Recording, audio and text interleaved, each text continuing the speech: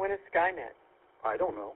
Does Charlie know? Always 9 p.m. Saturday on 146.88. Duh.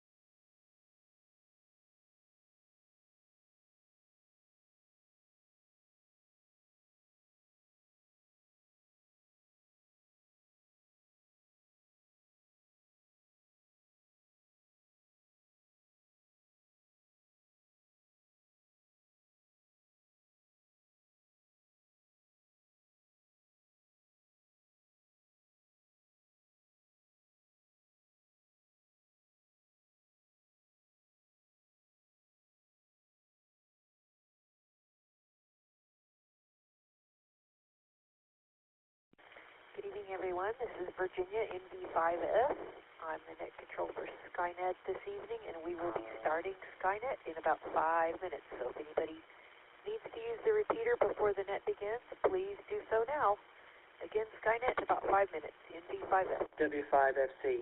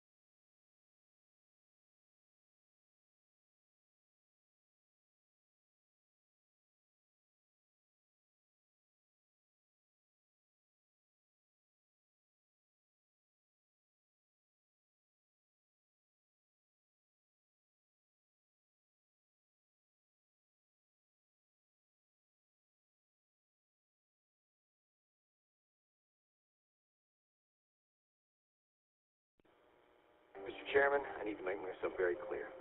If we uplink now, Skynet will be in control of your military. But you'll be in control of Skynet, right? That is correct, sir. Skynet.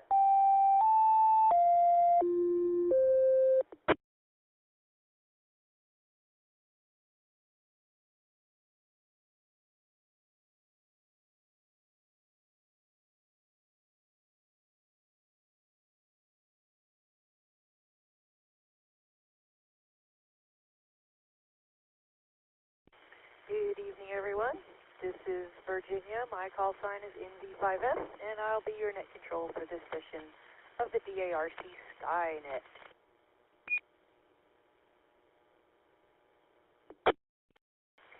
Skynet is a weekly net called every Saturday night at 9 p.m. concerning the subjects of astronomy. Our purpose is to help amateurs become more familiar with the nighttime and daytime sky, astronomy, and space in general. This net is open to all amateurs interested in this topic, and we encourage your participation, comments, and suggestions for this net. Stations with priority or emergency traffic may enter the net at any time by using the pro sign break and your call sign. Is there any emergency or priority traffic at this time?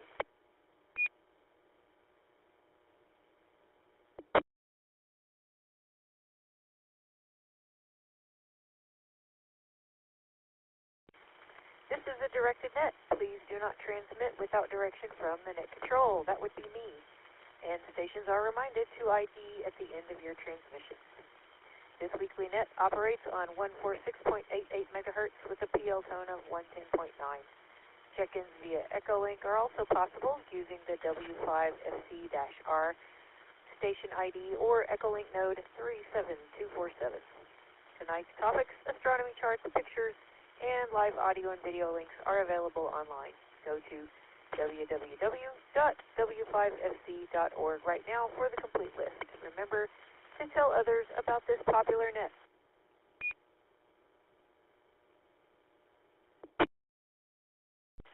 You can now check into the net electronically by going to the club website, w5fc.org.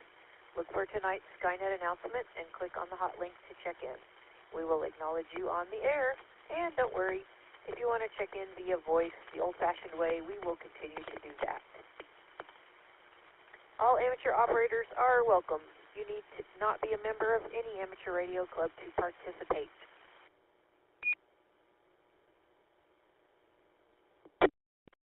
This net is 90 minutes long and is structured in several parts. Part 1 is general announcements. Part 2 is Texas Astronomical Society of Dallas events.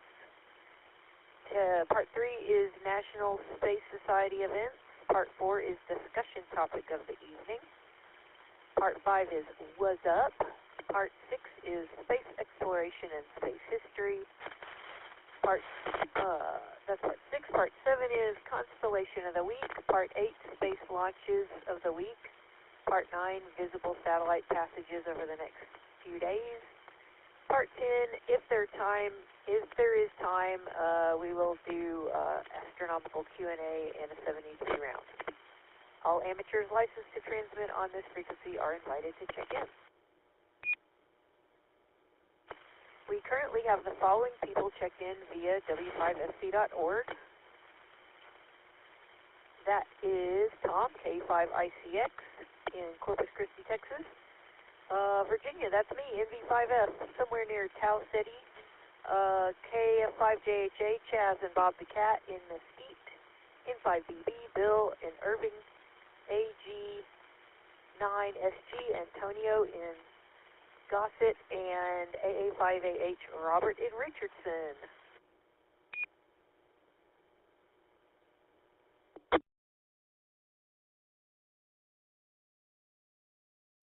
So now let's start with our voice check-ins, starting with short-time check-ins. Are there any short-time check-ins for Skynet? Please come now with your call sign, your name, and your location.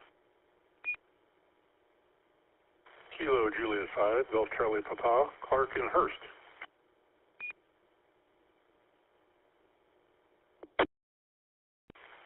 November Tango 5, Tango Mike, Tony, Mobile in East Dallas. This is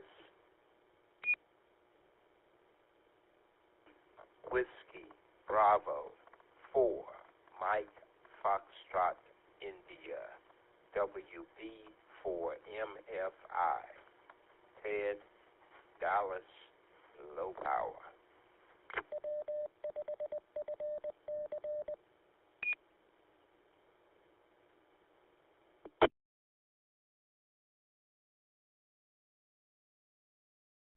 Okay, so for short time check-ins, I have KJ5, GCP, Clark in Hurst, NT5TM, Tony, Mobile in Dallas, WB4 MFI, Ted in Dallas.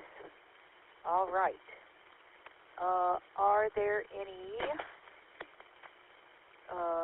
general check-ins? General check-ins for RF over the air? Any general check-ins for Skynet? Please come now. Call sign, name, and location.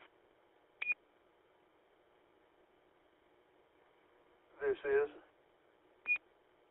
Whiskey 5 Golf Uniform Sierra Gus, far, far northeast Dallas. Happy Pi Day, everybody. Kilo Foxtrot 5 Zulu Bravo Lima, Bill, Farmers Branch.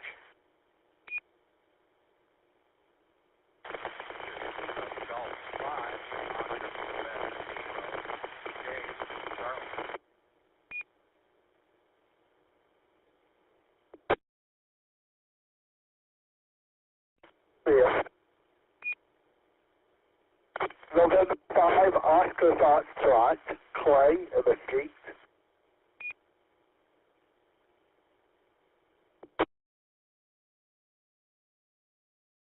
This is Kilo Golf 5 Whiskey Victor Lima, James in North Carrollton. This is Whiskey 5, Bacon, lettuce, tomato, 5 BLT, Bill, Garland.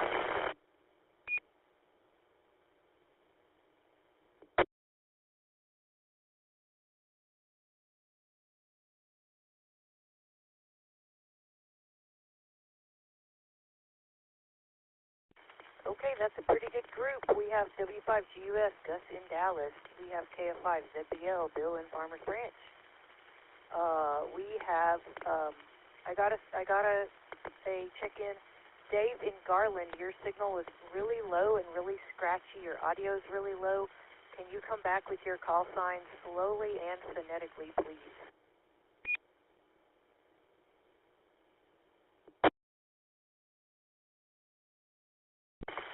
This is Whiskey 5, Bacon, lettuce, tomato, W5 BLT, Bill, Garland.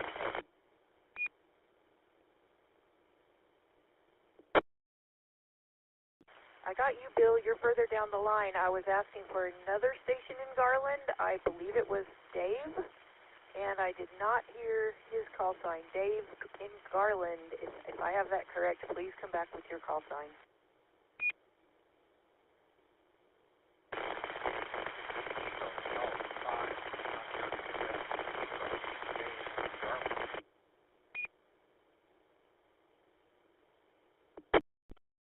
Okay, we're getting closer. I got Kilo Golf 5, something Kilo.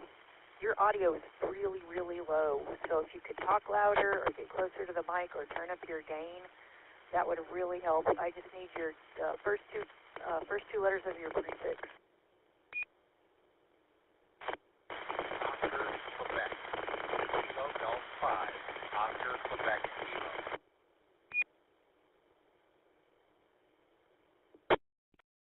Okay, I got it that time.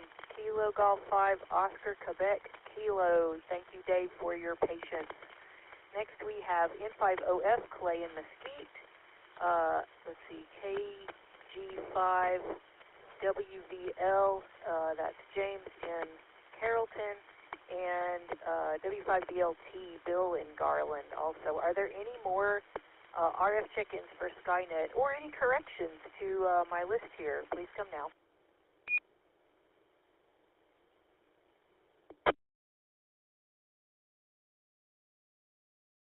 This is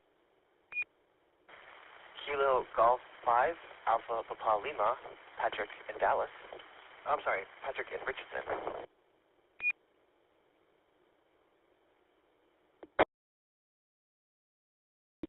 This is Kilo Bravo Juliet 5, India Juliet Kilo.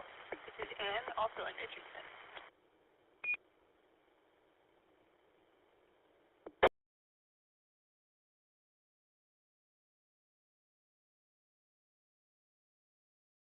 Okay, we've added KG5APL, Patrick in Richardson, and KJ5IJK, and also in Richardson. So we're off to a very good start. That's a good group. And as Gus said, happy Pi Day, everybody. Okay, let's see what's next. Round 3, Echolink check-in. I'm sitting here on Echolink, and it looks like everyone here is also checked in elsewhere, so I don't see any new people on Echolink, so I'm going to assume we're good there. And now any check-ins, any and all, anywhere, All-Star, Echolink, on air, please come now. Check-ins for Skynet, call sign, name, and location. Kilo 5, Juliet Delta Whiskey, John in Coppell.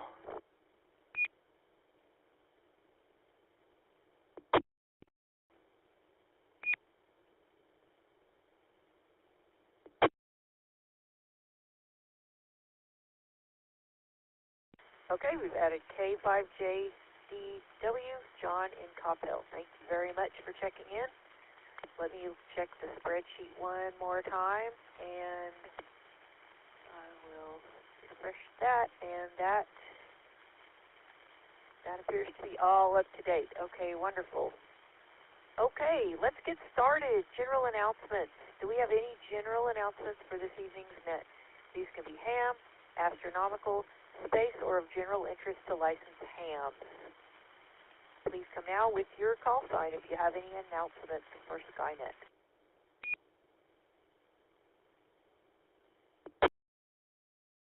November Tango 5, Tango Mike.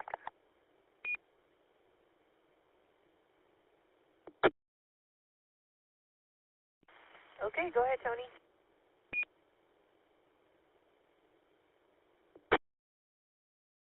Good evening, Virginia. I have not had a chance to prepare my usual collection of Skynet announcements. Of course, we do have the Afterglow movie, Battle Beyond the Stars, yet another retelling of the Seven Samurai. If you want to talk about the Seven Samurai or the Magnificent Seven, or even better yet, the topic of the night, please join us at about 10:30 for discussion of Battle Beyond the Stars. I believe that was from 1980.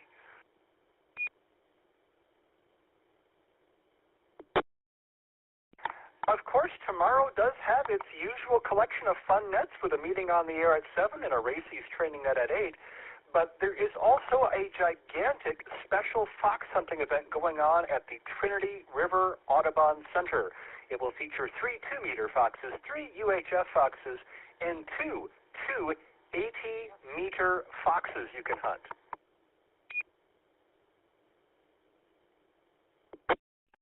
Now you might say something like, I don't know how to hunt an 80-meter fox, or I don't have a UHF radio, or an 80-meter mobile radio for that matter. Well, that's no problem. Go to the Trinity River Audubon Center between 10 and 3 tomorrow. Admission is free. And call the club, the White Rock Club that is, on 147520. Lessons, tips, fox hunting buddies, and loaner equipment will all be available. Check out wa5wrl.org or just search for White Rock Hams for more details. I hope to hear you on 14752 tomorrow and see you at the Trinity River Audubon Center between 10 and 3. NT5TM, back to net.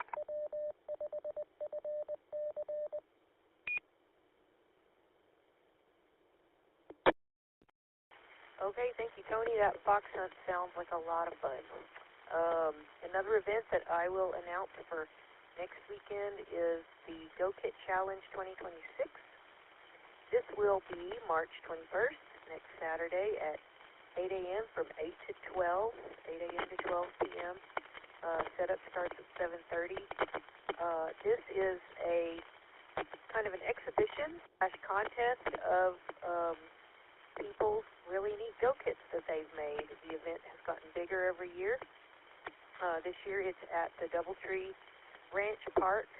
That's at 310 Highland Village Road in Highland Village, Texas, 75077. The talk-in frequency is 145.17, negative offset, PL tone 110.9. You can just go and look at all the cool Go kits to get some ideas for what you might like to do if you're going to build one. You can just go to look and meet other hams.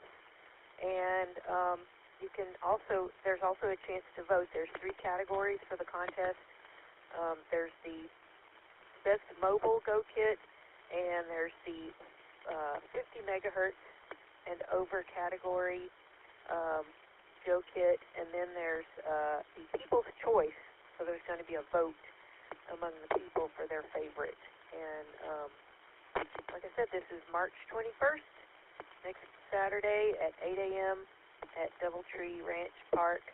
And I believe that Tony said in the last net that their website is GoKitChallenge.com. I believe it's .com. It might be .org, Tony. If I mess that up, please correct me. But that's my announcement for a fun activity for next weekend if you want to just see all the Go kits. Again, my name is Virginia. My call sign is ND5F, and I am your net control for Skynet.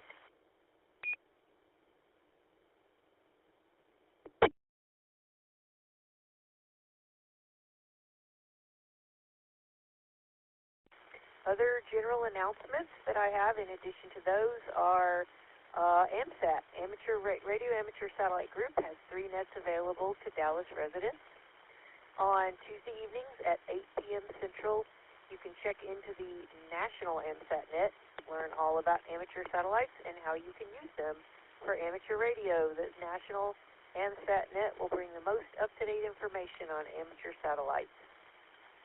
You will need Echolink to get to this net and be registered. You can find this net under Group and asterisk, AMSAT asterisk. Also, a live audio link is available on their website, which is www.amsatnet.com. This net originates in Houston, Texas. There's also 2 local AMSAT nets available in the Dallas area. Both of these nets encourage active check-ins. You can ask questions of the net controls as well as to others who are checked in. AMSAT Net East, Dallas-Fort Worth, Texas, is every Tuesday at 8 p.m. on this repeater, 146.88 megahertz, PL tone 110.9, Tuesdays. Tom in 5HYP is the usual net control, and all are welcome to check in. The first Tuesday of the month is DARC Club Night, so there's no AMSAT at Net East that night. Dallas AMSAT Net West is every Wednesday at 9 p.m. on the Arlington Club repeater, 147.14 megahertz, PL tone 110.9, positive offset.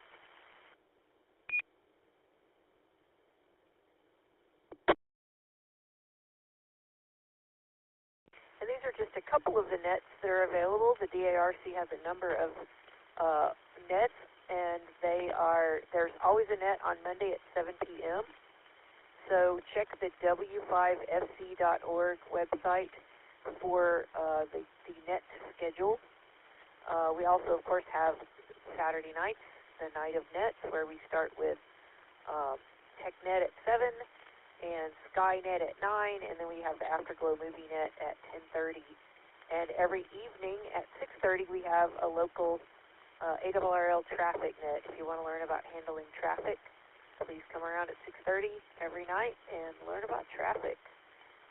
People are welcome to check in during the open check-in part of that net, and it's a great place to learn how to handle traffic and even break some ice and get your feet wet handling a message or two.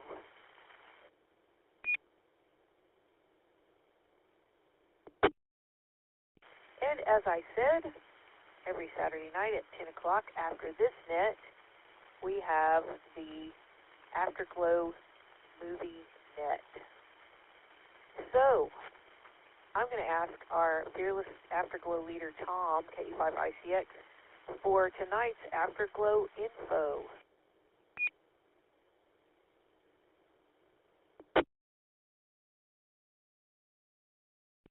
Thank you, Virginia. This is KE5ICX down in Corpus.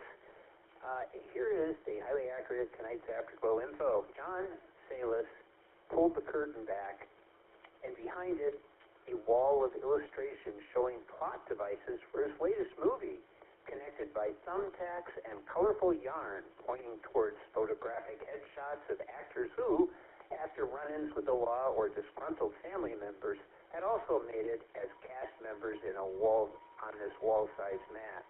It was obvious some of the worst actors had the most yarn connected to their pictures. Richard Thomas, Robert Vaughn, George Peppard, and John Saxon were all attached to the most unlikely plot points. Salis explained his nefarious plan. You see, my plan is to have each actor say random nouns and verbs very dramatically. This will confuse the audience into believing they are watching the Shakespearean production. Most Americans don't know more than 200 words of English anyhow, so they will think that their favorite actors from failed or boring TV shows were acting dramatically. We'll add well-placed explosions and cheesy music to distract them in case they figure out our strategy and try to leave the theater. It seemed like the perfect plan. Star Wars had already proved that spinning, blasting, loud spaceships could distract audiences into believing even the worst acting was good, using a mindless format requiring nothing more than someone with an IQ of a walnut to enjoy. I had my 6-year-old draw the spaceships and action scenes, he also proclaimed. It was true. The more than 100 scenes followed sequentially with crayon stick figures holding what appeared to be ray guns, the actors shooting each other. Several of the semi-famous actors already had X'd-out eyes in their photos, obviously indicating their demise in the movie, immediately preceding the proposed action scenes. Join us for the Roger Corman Star Wars ripoff, Battle Beyond the Stars from 1980. That's tonight at 10:30 p.m. Now in HD, by the way, yes, it was restruck. It's on all the streaming services. I can't tell you that it gets any better in HD, but it's clearer. Back to you, Virginia, KD5, ICX.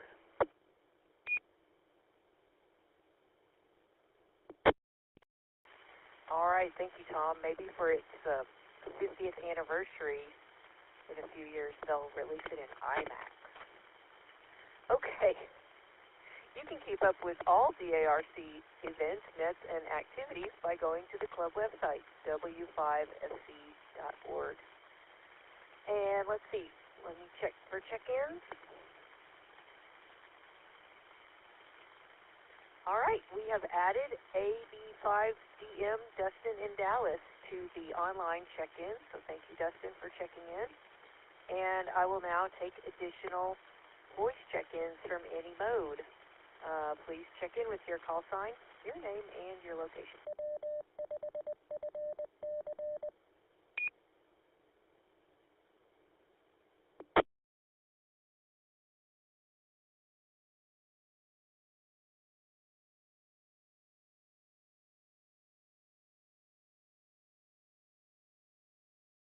Alrighty, that'll do it for check-ins for the moment. Now let's check with the Texas Astronomical Society of Dallas events, where and when you can look through a telescope. Take it away, Chaz, KF5JH8.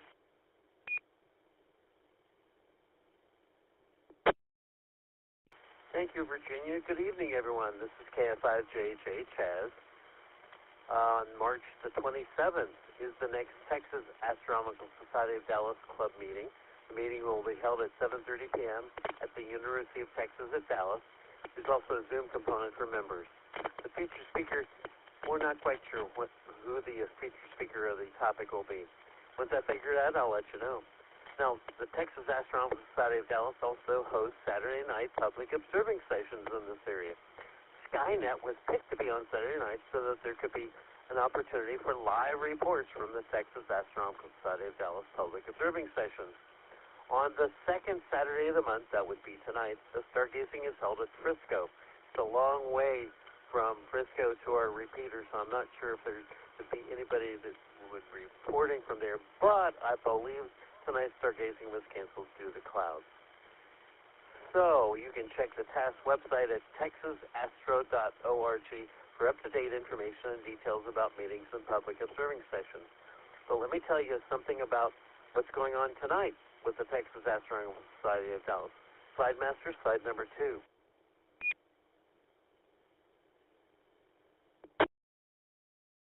In the 1700s, astronomers were interested in observing and discovering comets. And one French astronomer, Charles Messier, was one of those comet hunters. He had a problem.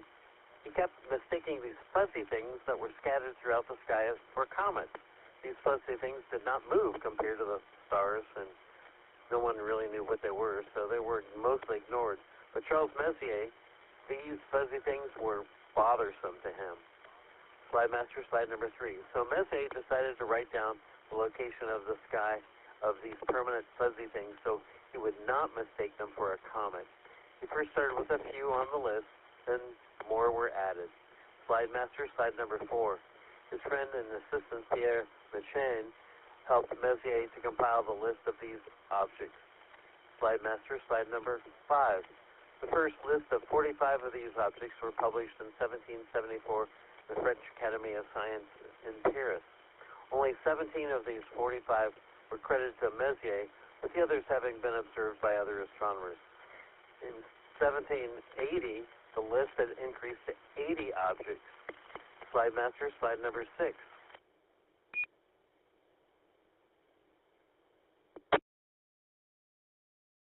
In 1784, the edition of, an official publication of the Astronomical Society of the Samurais of France, a total of 103 objects were listed. But through historical research, 7 more objects have been added to the list. So now we recognize a list of 110 Messier objects in the sky. In the 1700s, it was a list of things not to look at because they were not comets, and astronomers back then did not understand them. Slide master, slide number 7. Now it is a list for most amateur astronomers to observe and image nightly. This list contains things like open star clusters, globular star clusters, elliptical galaxies, spiral galaxies, irregular galaxies, reflection nebula, emission nebula, planetary nebulas, supernova remnant, and more. Slide master, slide number 8.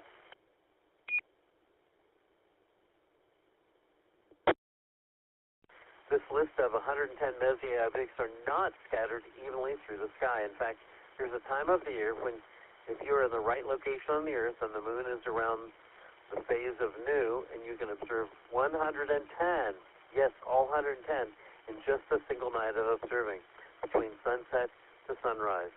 That time of the year is around the vernal equinox. That's around what we are now. Location on the Earth works the best in the southern part of the northern hemisphere. Trying to observe as many of the M objects in one night is called a Messier marathon. Slide master, slide number 9. Back in the 1980s, I participated in a Messier marathon. One such Messier marathon, we used a 32-inch telescope at Perkins Observatory just outside Powell, Ohio. A few more of a dozen of us got together to observe 108 out of the 110 objects that night. Slide master, slide number 10.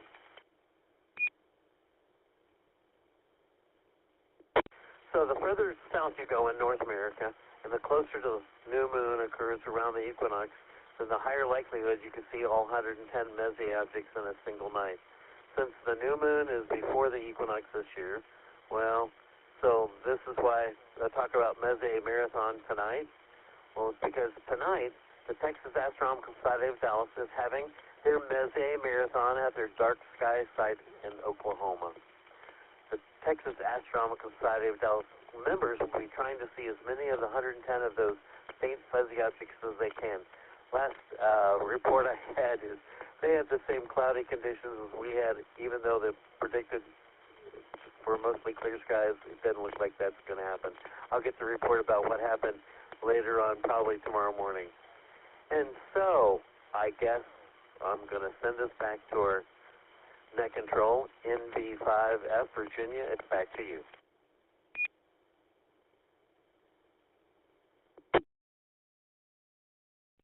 Okay, thank you, Chaz. And man, that's a bummer about the clouds because it was all clear all day today. So, but that sounds very cool. That seems like something I would think was very fun. So, maybe I can try to plan to do that next year. That'd be kind of neato. Okay, next we have National Space Society events and activities, and this is brought to us by our friend Bill in 5BB. So go ahead with NSS announcements. This is NV5F. Thank you, Virginia. This is N5BB. I want to welcome everybody to Pi Day. That's right, it's March the 14th. Pi, as in P-I Day. If you know the diameter of a star, you can figure its circumference, if you know pi. Okay, I happen to be the National Space Society North Texas Chapter Vice President and Membership Director. You can reach me at space@byram.net. The National Space Society is a nonprofit group based in the U.S. which is interested in the exploration and development of space and the creation of a spacefaring civilization.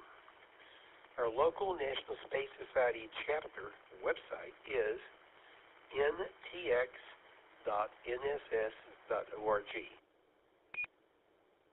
Our group also has an active Facebook page. Just type National Space Society of North Texas into the search box and request access. The North Texas chapter of the National Space Society meets at 3:30 p.m. on the second Sunday afternoon of each month at Spring Creek Barbecue on Highway 183 in Irving. Our next chapter meeting will be on Sunday, April the 12th.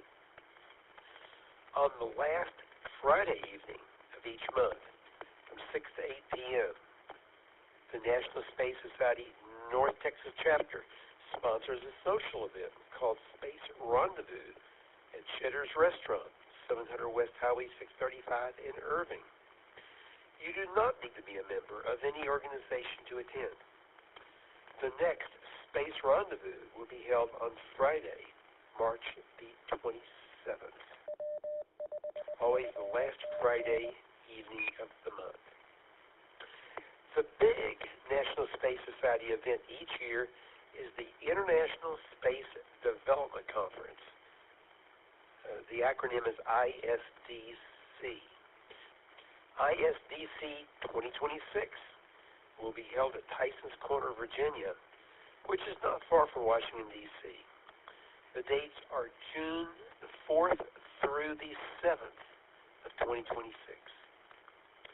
If you have any questions about the National Space Society or you want to join our group, please contact Bill N5BB at my QRZ listed email address or at space@byram.net.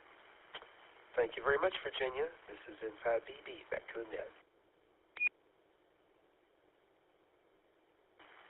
N5BB, NV5F, thank you very much, Bill. Appreciate your announcements. All right, now it's time for discussion topic of the evening, which is where your net control, who is me, gets to present a topic of their choosing. And I took on a pretty challenging topic this evening. My article, which I put together myself, is called Project Hail Mary and Special Relativity, Part 1. So before I begin this, I will recommend that you check out the Skynet Live YouTube feed. The illustrations that I am providing for this will hopefully help with the topic, and they are on the live YouTube feed. So if you want to take a look at those, and then any of Chaz's presentations or anything that's going on Skynet, go to YouTube and look up DARC Skynet, and you should find the channel and the live feed.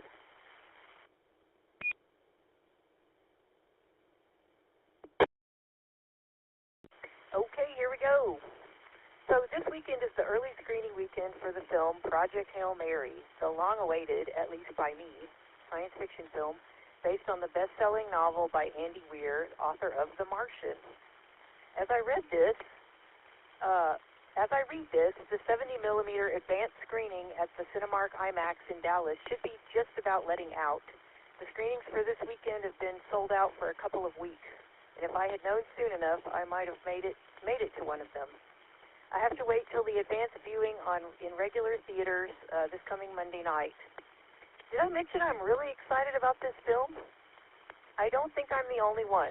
There are already fan groups for the movie on social media platforms, and these, of course, spill over from fan groups for the book, which have been around for several years already. In short, I think we have a new sci-fi classic on our hands. I could explore the reasons why, but the film net is after this one, so I will refrain. What I do want to bring up is the science aspect of Project Hail Mary, the book and the movie. I look forward to how this will be handled in the film, and I can, of course, foresee the inevitable comparison to the two most popular science fiction films of the past decade, Interstellar and The Martian.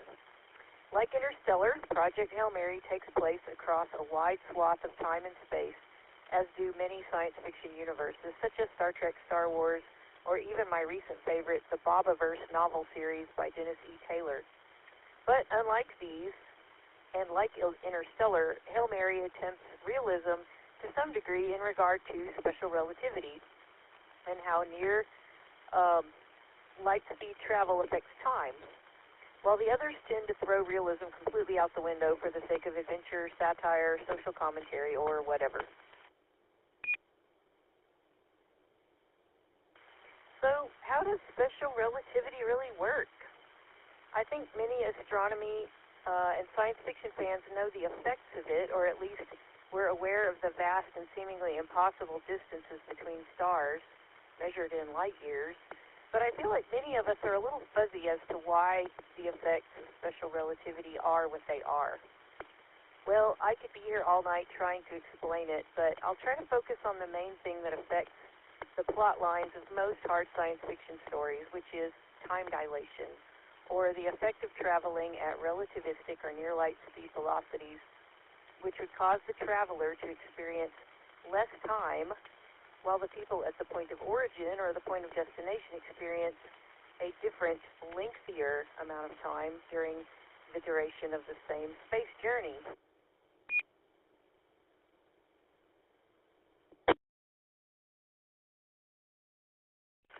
As an example, in Project Hail Mary, our hero, Ryland Grace, travels from Earth to the star Tau Ceti, which is just under 12 light years from Earth.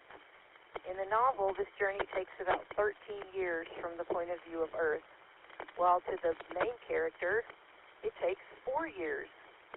There's a fun formula, which I published all these numbers into, and plugged all these numbers into, and I found out that Dr. Grace and his trusty ship, the Hail Mary, had an average speed of 95% the speed of light, or as we like to say in the biz, 0.95 C. C being the symbol for the speed of light, which is approximately 3.0 times 10 to the 8 meters per second. Okay, is your head exploding yet? No?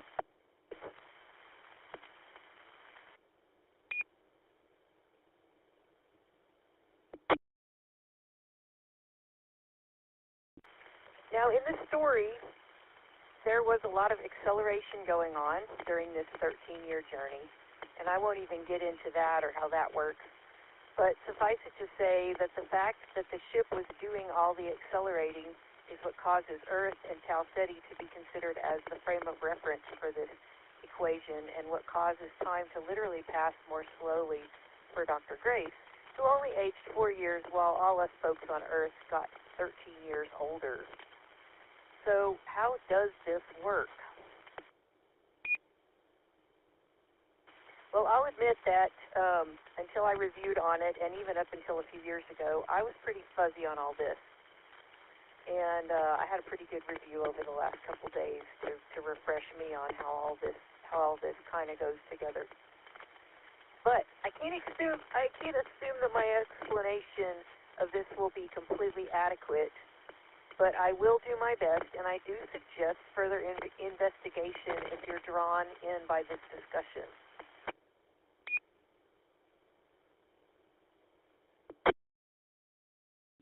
So according to good old Sir Isaac Newton, speed, let's call it velocity, is all based on a frame of reference.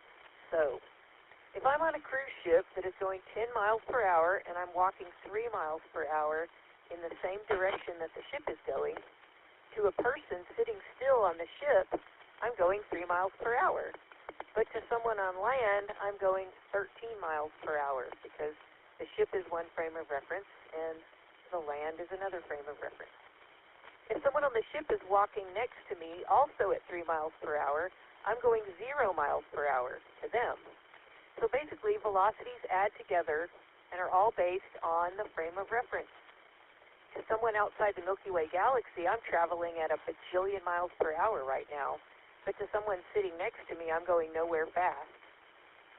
The other important thing in this explanation is the idea that Galileo, also using the example of being on a ship at sea, put forth when he explained that if an object or a frame of reference is going at a constant velocity and trajectory, it will not feel the motion.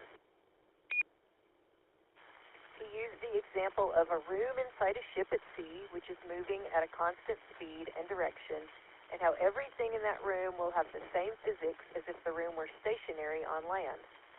Of course, nowadays, a better example would be like traveling on an airplane. When I spill my Dr. Pepper while I'm going 600 miles per hour at 30,000 feet, it still spills straight down, like if I had spilled it at home, unaffected by all the constant speed or trajectory of the airplane.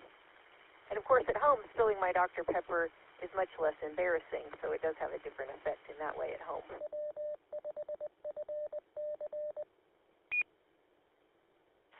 So later on, the science guys measured the speed of light, and then James Clerk Maxwell figured out that electromagnetic waves also move at the same speed, and then determined that light was indeed an electromagnetic wave. Then they started to figure out that Newton's rule about adding velocities did not work on light.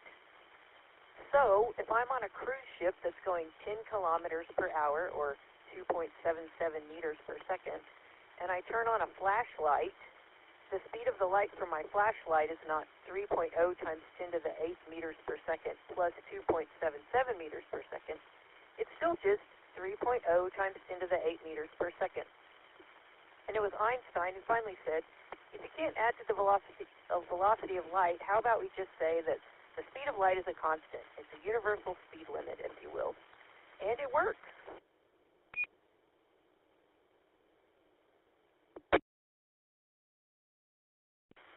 But if speed equals space over time, as in the formula velocity equals distance over time, then that means speed is, and then if speed is a constant, then that means that space and time have to be variables.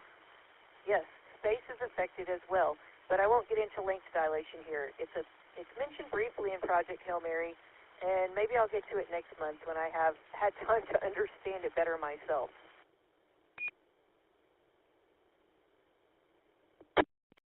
Anyway, the best example I have seen that explains why this works is the light clock on a spaceship example, where a photon of light ticks off the seconds by moving vertically between 2 points, coming from an emitter and bouncing off a mirror.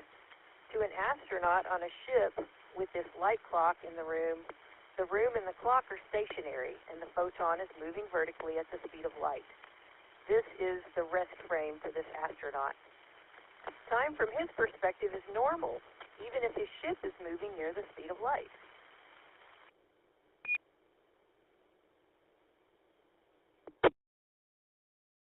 One tick equals 1 second.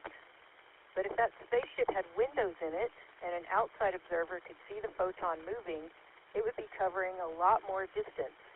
It would be a hypotenuse created by the vertical distance and the lateral change in distance of the fast-moving spacecraft. If the spacecraft is near the speed of light relative to the observer, these diagonal distances would get pretty large in comparison to the vertical distance the photon is traveling from the point of view of the astronaut. And the greater that difference, the bigger the time dilation.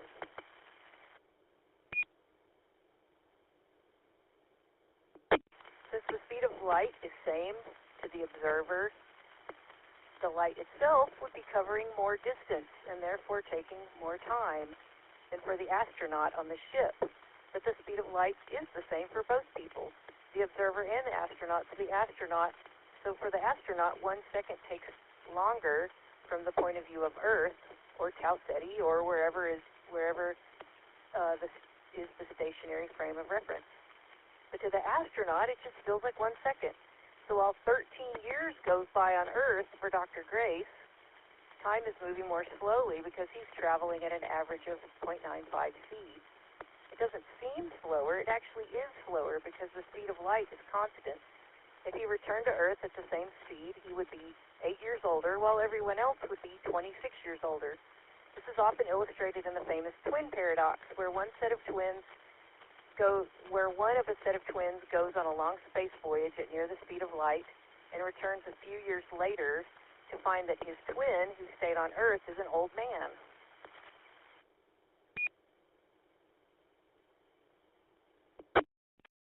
And this all seems very big and huge and kind of esoteric and far away, but the fun thing about time dilation is that it's going on all the time at any speed. So if I go outside and run around the block while I'm running, time is going by slower for me than while I'm sitting here typing this article. But okay, let's get real. I'd be more likely to ride my e-bike around the block. I'll let Tom do all the running. This has actually been tested. A long time ago, 2 very accurate atomic clocks were synchronized, and they were used in this experiment. One was left stationary on the ground, and the other was put on an airplane and flown all over the world for a couple days. The clocks had a discrepancy of a few millionths of a second. Time dilation is also used every day to synchronize clocks for satellites, especially for GPS, where time sync needs to be extremely accurate. They're all up there in high orbits moving fast enough that the time difference between the satellites and Earth caused by their speed actually matters. Scientists also have to correct for the effects of general relativity caused by their distance from the Earth's center, but that's another story. So anyway, time dilation is real.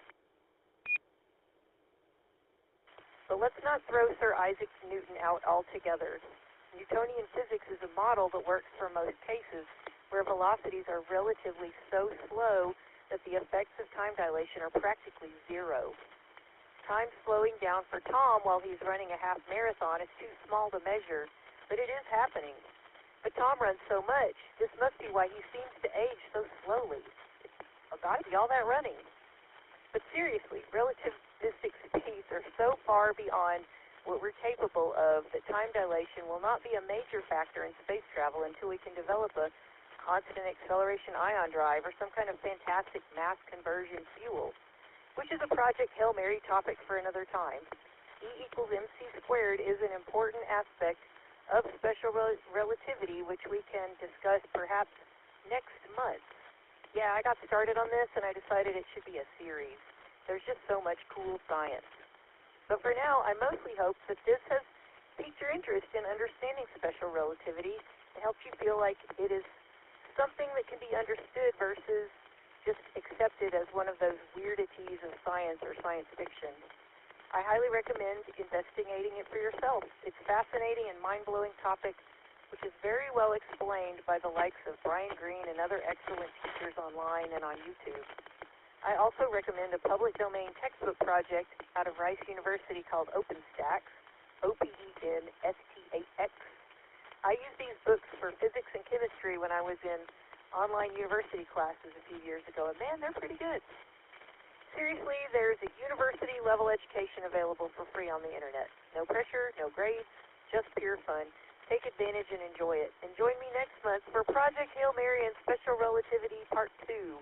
And in the meantime, read the book or go see the film. It is positively nerdtastic.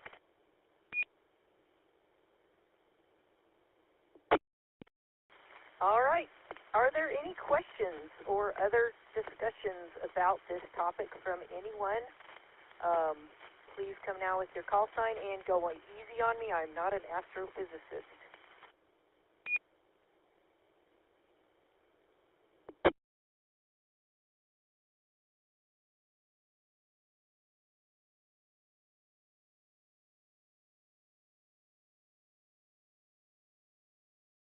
All right, pressure's off for now. We'll see what happens next month.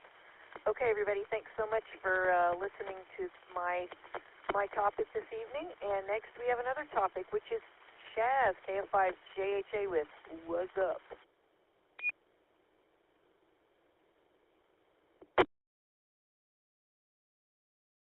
Thank you again, Virginia. This is Chaz, KF5JHA. We call this segment of Skynet What's Up because it's all about what has gone on astronomically over the last couple of weeks and what will take place over the next couple of weeks and beyond.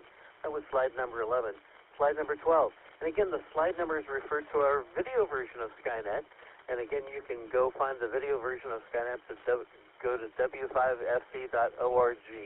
Click on the Skynet link for the YouTube video version of Skynet. All right, slide 12. We've talked about the predicted nova of the star T Coronavirus, which may erupt at any time. It is currently at a brightness of around 10th magnitude. I just checked it a few minutes ago, which is much too faint to be seen with just your two eyes. T Coronavirus was supposed to go nova more than a year ago. Yep, well, that didn't happen. One predicted was for November the 10th of 2025. So the next prediction for T Corona Borealis to go nova is June the 25th, 2026. When it does go nova, T Corona Borealis could become as bright as the North Star, which is second magnitude. And I can see the North Star with just my two eyes from my very light-polluted location here in Mesquite. Slide Master, slide number 13.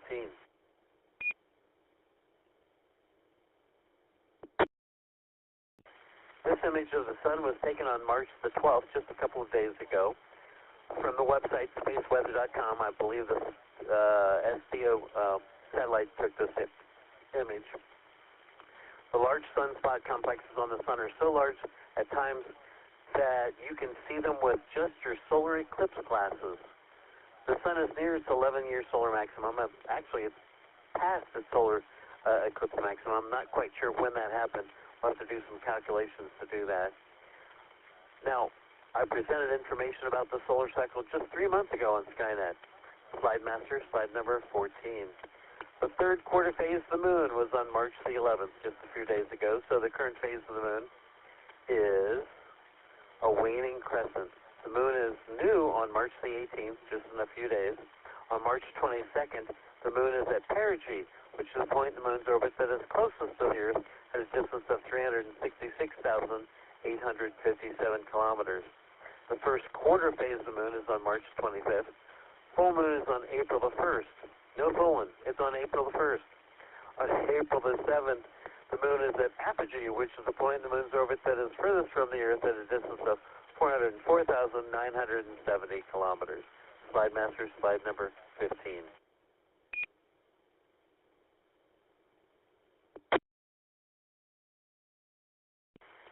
Now, here's a challenge. On March the 15th, the moon and the minor planet, or dwarf planet, Pluto, are about 6 degrees apart from each other in the east-southeastern morning sky.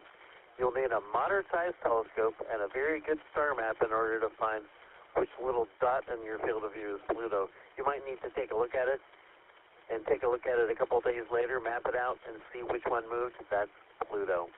Slide Master, slide number 16. On March the 20th, at 9:46 a.m. Central Daylight Time, is the moment of the vernal equinox. On this day, the sun rises directly in the east and sets directly in the west for everywhere on the Earth. We also have equal amounts of daylight and darkness, 12 hours of each for everywhere on the Earth. Slide Master, slide number 17.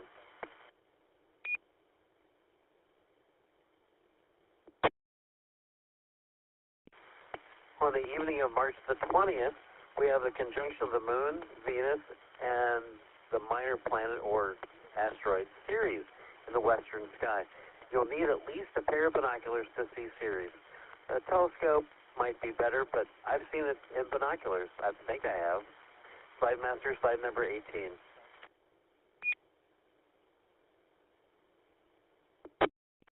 On March 22nd, in the west-northwestern evening sky, you could observe the conjunction of the Moon, the planet Uranus, and the Pleiades.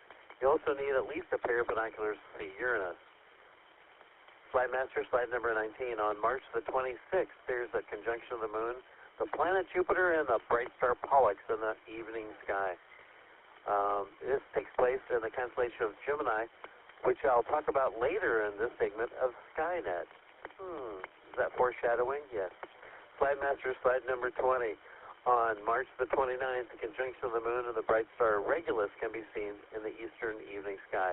And this is KF5JHA, and this is Skynet. Now, do any of you out there in Radio Land have a question or need a fill on any of the information? Or maybe you just have a general astronomy question. Come now with your call sign if you have a question or need a fill.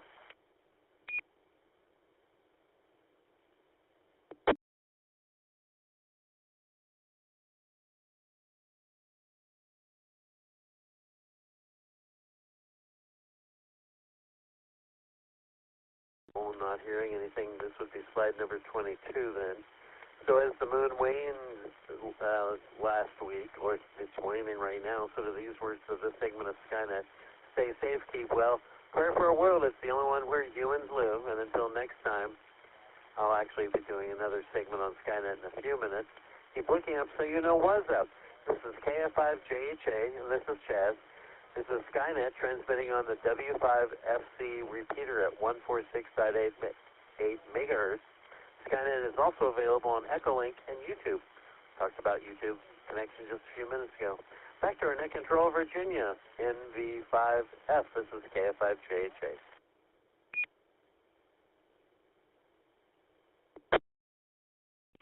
Alrighty, thank you, Chaz. Appreciate it. Thank you for What's Up. And before we move on, I'm going to look at the spreadsheet because we did have another check-in. K9AHO Brian in Terrell has checked in over the air.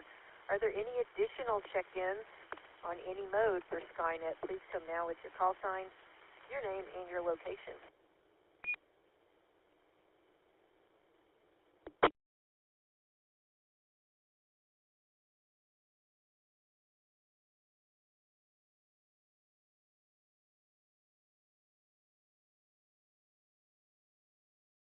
Okay, nothing heard. So now it is time for Gus, W5GUS, with space exploration and space history.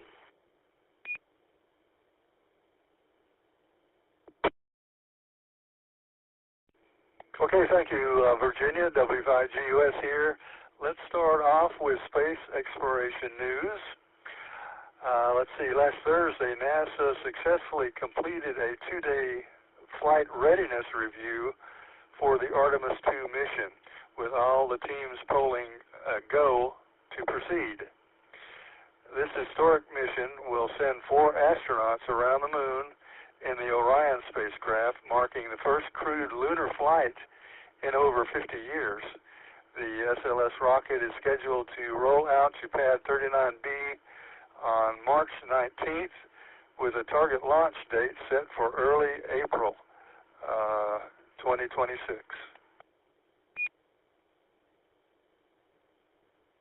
Okay, March 13th, this past Friday, SpaceX finalized the acquisition of the U.S. Aerospace Division of Hexagon Purus, which is a leading provider of high-pressure hydrogen cylinders and battery systems. This strategic move is expected to bolster SpaceX's internal supply chain for advanced propellant storage and power systems for Starship. The integration of these technologies will likely accelerate the development of long-term life support and refueling capabilities for future Mars missions.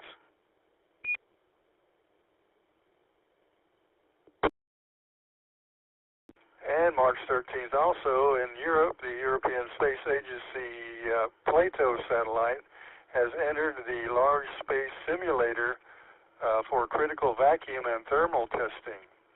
Plato is designed to search for Earth-like exoplanets orbiting Sun-like stars and will monitor hundreds of thousands of stars for planetary transits.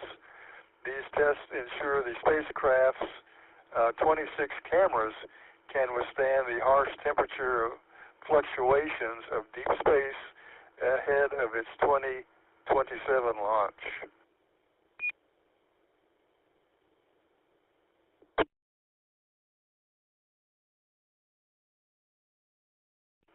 Okay, March the 10th. Let's see, I guess that was past Tuesday. NASA Inspector General has released a comprehensive report evaluating the management of risks for the upcoming human lunar landers. The report right now highlights a risk threshold of approximately 1 in 30 for the overall mission success, emphasizing the challenges of the complex landing sequence. They've got some more work to do. NASA's officials stated that the report provides valuable data to refine safety protocols and landing site selection for the Artemis 3 mission. And March 8th, last Sunday, you might have heard about this, a spectacular fireball was witnessed by thousands of people across Belgium, France, Germany, and the Netherlands during the evening. European Space Agency Planetary Defense Team estimated the meteoroid was several meters in diameter before breaking up in the atmosphere.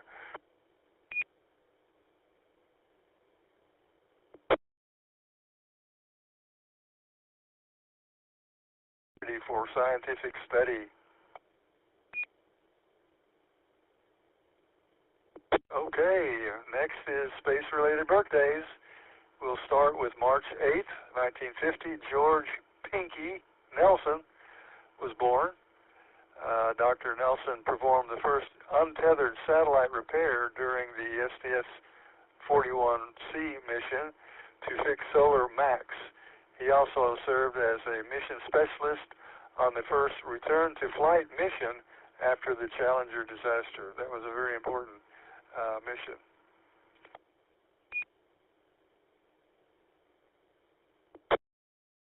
Okay, March 9, 1934, a name everyone's familiar with, Yuri Gagarin was born March 9, 34. Yuri became the first human to journey into outer space when his Vostok spacecraft completed one orbit of Earth. His historic 108-minute flight in 1961 launched the era of human space exploration.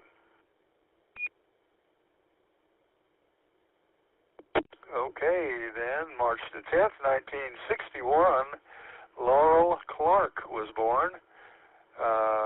Dr. Clark was a mission specialist and a flight surgeon on the final flight of the Space Shuttle Columbia. She was a ham also, KC-5ZSU. She conducted numerous biological experiments in orbit before the tragic loss of her and the entire crew during re-entry of the Columbia.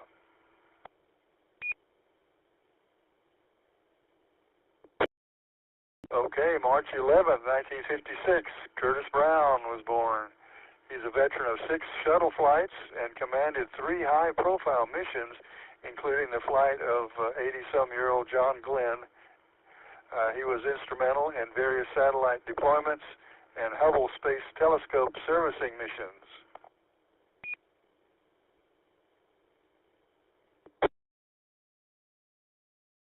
Okay, we come to March the 12th, 1923. Wally Schirra was born. He was in Mercury, Gemini, and Apollo. He was the only astronaut to fly in all 3 of NASA's original human spaceflight programs. He commanded the first crewed Apollo mission, which successfully tested the spacecraft after the Apollo 1 fire.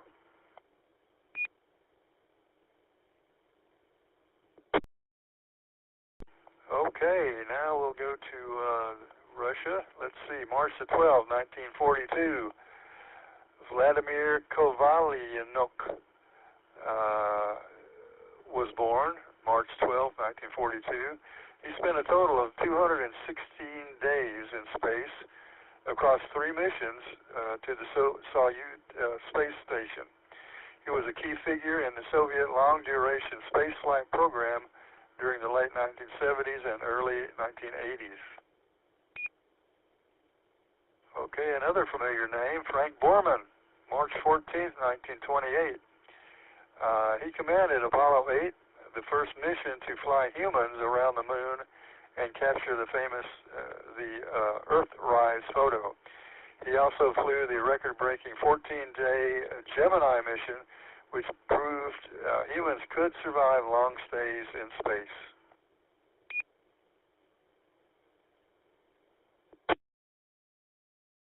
Also on March 14th, but in 1934, Eugene Cernan was born.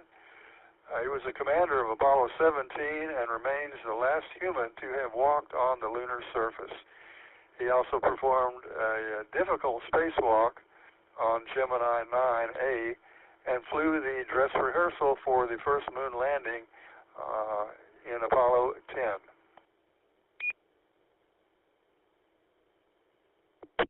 March 14th, 1939, William Lenore, who was a member of the first operational space shuttle mission, which deployed 2 commercial communication satellites.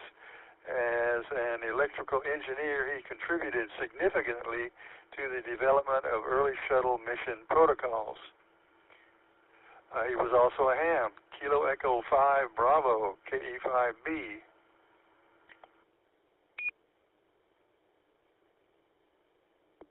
Okay, March 14th, 1967, Michael Finke. He was a ham, Kilo Echo 5 Alpha India Tango. He's one of NASA's most experienced astronauts, having served as commander and flight engineer on multiple long-duration International Space Station missions. He has conducted 9 spacewalks and spent over a year of his life in orbit. All right, we'll move on to this week in space history. Back in 1979, on March 8th, NASA Voyager 1 spacecraft provided the first definitive proof of active volcanism on another world besides Earth. As it flew past Jupiter's moon, Io, the probe captured images of massive plumes of sulfur and sulfur dioxide erupting hundreds of miles into space. This discovery revolutionized our understanding of planetary geology, proving that small moons could remain geologically active due to tidal heating. Scientists were stunned to see a world so vibrant and changing, far different from the cratered surfaces of the moon or Mars. This historic event marked a major turning point in the study of our outer solar system.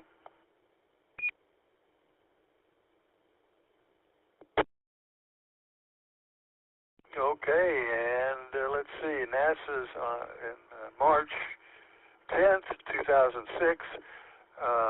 Mars Reconnaissance Orbiter successfully completed its orbital insertion maneuver around the red planet. This advanced spacecraft was designed to study the history of water on Mars and scout for potential landing sites for future rover and human missions. Since its arrival, it transmitted more data to Earth than all other interplanetary missions combined. Utilizing its high-resolution camera, the mission has discovered ancient riverbeds, polar ice caps, and even seasonal flows of liquid brine on crater walls. It continues to serve as a vital communications relay for current surface explorers like Curiosity and Perseverance rovers.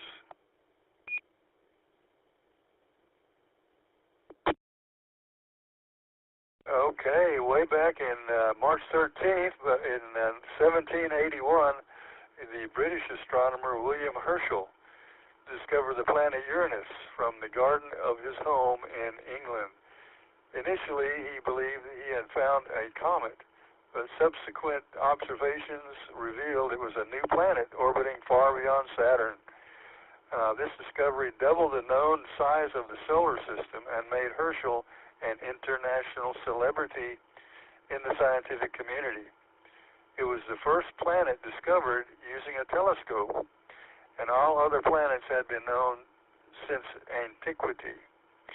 This find paved the way for future discoveries of Neptune, Pluto, by challenging long-held assumptions about the outer reaches of space.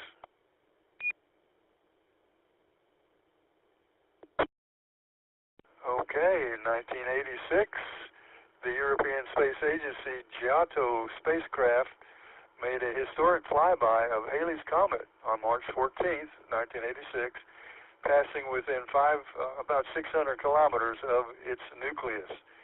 This daring mission provided the first close-up images of a comet's heart, revealing a dark peanut-shaped body venting gas and dust. Despite being struck by numerous high-speed dust particles, the probe's instruments survived long enough to transmit invaluable data back to Earth. The mission confirmed that comets are composed of dirty snow and contain complex organic molecules essential for life. It remains one of Europe's most successful and iconic deep space missions even to this day.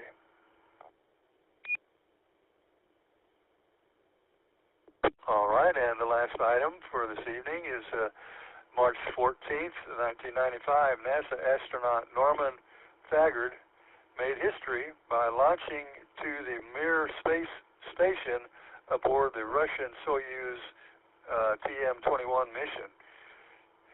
This flight marked the first time an American had launched on a Russian vehicle, signaling a new era of international cooperation after the Cold War. This was in 1995. Thagard spent 115 days in orbit, conducting scientific research and paving the way for the Shuttle Mir program. His mission was a critical precursor to the development of the International Space Station, where global partnerships became the standard for orbital operations. This event demonstrated that former rivals could work together to achieve monumental goals in human spaceflight. Okay, that's it for this week, Space News and History. So we will pass the torch back to Net Control, Virginia, and anxiously await Chaz with some nice jokes. Back to you, Virginia, W5GUF. Okay, thank you guys, you and me both. The jokes of the week are coming. Thank you for all that great space news and history. I do remember the advent of Halley's Comet in 1986. I was very excited about it. I had a book about the comet. I had a cheesy telescope that I'd gotten for my birthday in 1985. I didn't have a clue how to use it, and I couldn't see the comet from my light-polluted location, and my mom and my sister and I did, though, go to a dark sky site at one point, and I did get to see it through a big telescope, but it was hard to see that year. So thanks for the reminder. Good times. Okay, now we are on to Miss Carolyn's Constellation of the Week with Chaz, KF5JH8.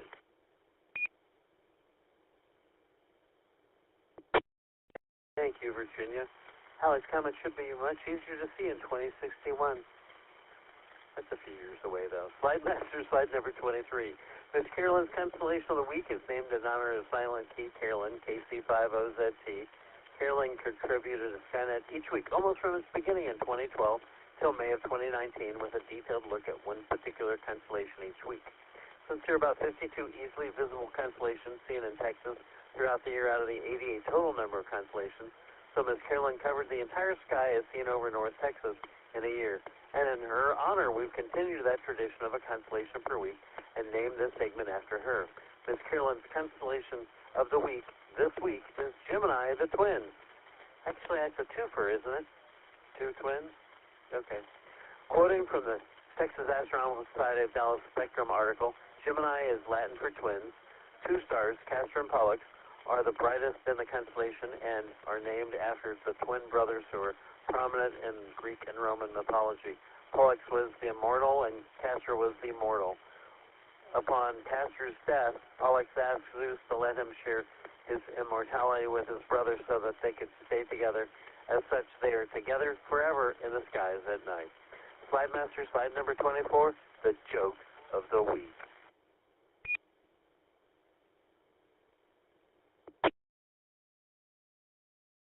Now, if you're over on Echolink, or if you're on YouTube, you can sit there and comment on my jokes easily. And, of course, they're related to the Constellation of the week. Here we go. What did the drummer say? What did the drummer call his twin daughters? And a 1, and a 2. I failed my calculus exam because I was seated in between two identical twins. It was very difficult to differentiate between them. That's a math joke. You math people got that one, didn't you? My twin brother prefers to take the stairs, but I like the elevator. I guess we were raised differently. Twin brothers raised differently. What did you hear? Did you hear the one about the twin boys in Mexico? Once you've seen Juan, you've seen Jamal. What did you call a pair of identical cats? Duplicate. Oh, come on, that's funny. I have a cat. And finally, the last joke in this series. A friend just told me that my daughter and my wife looked like twins. I said, well, they were separated at birth. Slide Master, slide number 25.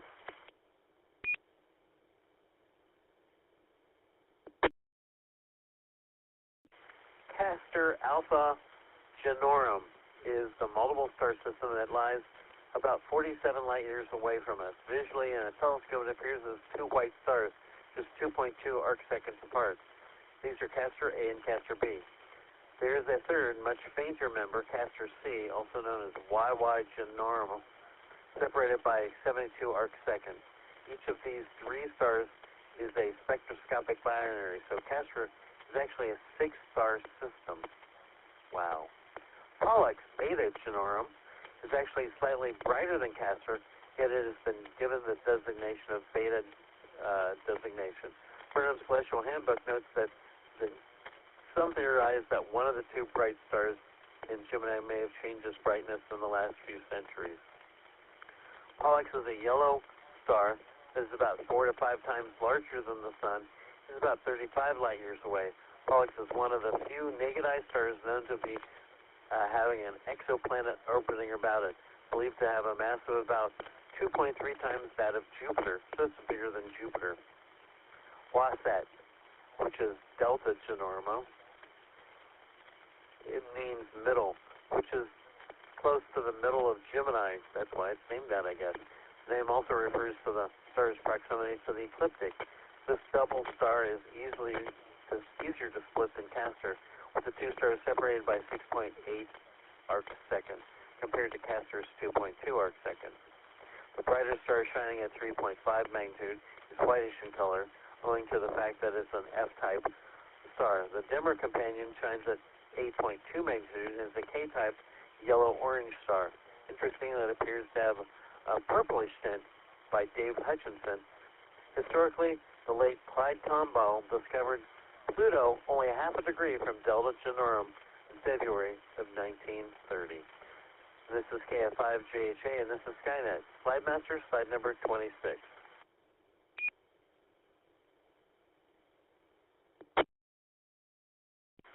Messier object number 35. Talked about the Messier marathon earlier tonight, didn't I?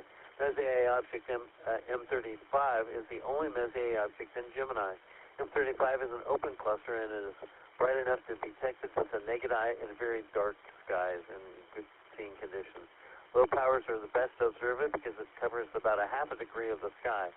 A 6 to 8 inch telescope or larger is needed to appreciate it fully, but can be enjoyed with smaller telescopes and binoculars as well. When observing M35, note that a number of stars in the cluster have different colors. Many have noted that it looks like there's streaming or curved lines of stars in M35.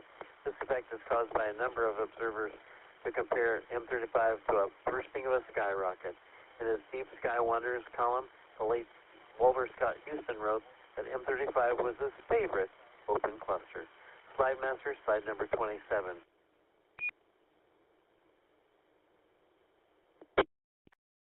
NGC, which stands for New General Catalog, 2158 is an open cluster as well, only 22 arc minutes away from M35. With sufficient aperture, both clusters can be seen in a low-powered field of view. For many years, NGC 2158 was relatively unknown, lost in the glory of the brighter and larger member. While M35 is about 2,800 light-years away, NGC 2158 is much further at 16,000 light-years away. NGC 2158 is much denser than M35, but with its greater distance, renders its relatively dim appearance in the sky. Slide Master, slide number 28.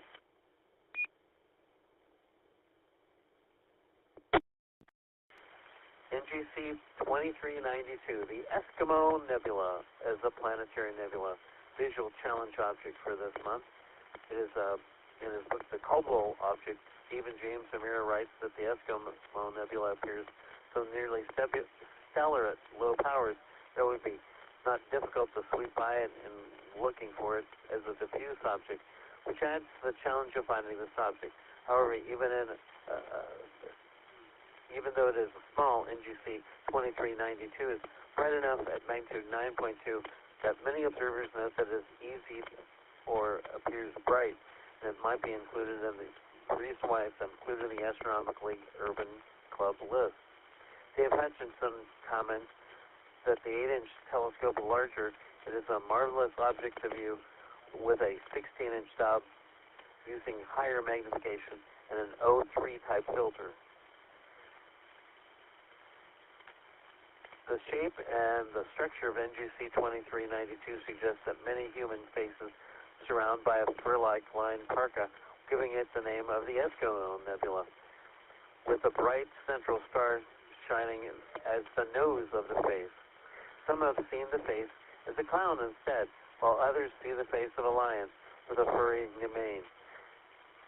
Robert Burnham Jr. wrote that to him, the whole nebula intrinsically suggests a classic and unforgettable feature of the late comedian W.C. Fields. This is KF5JHA, and this is Skynet. Slide Master, slide number 29.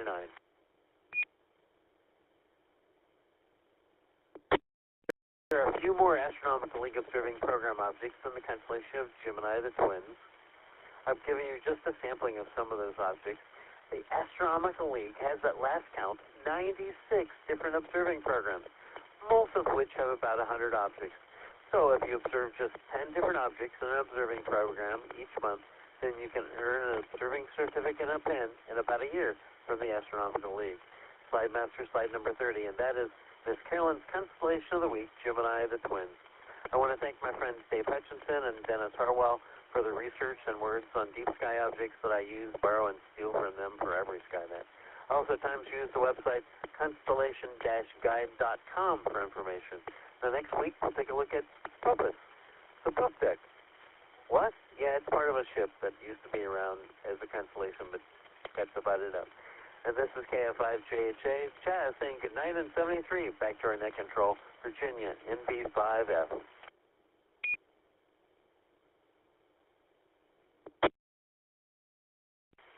Okay, thank you, Chaz. Those were some really bad jokes and really good information. Those are some really pretty objects this evening. I'm enjoying those. Okay, now we're going to finish up with Tom, K5ICX. He's got space launches of the week, and Tom, if you want to go ahead and do the satellite passages as well, go right ahead. NB5F.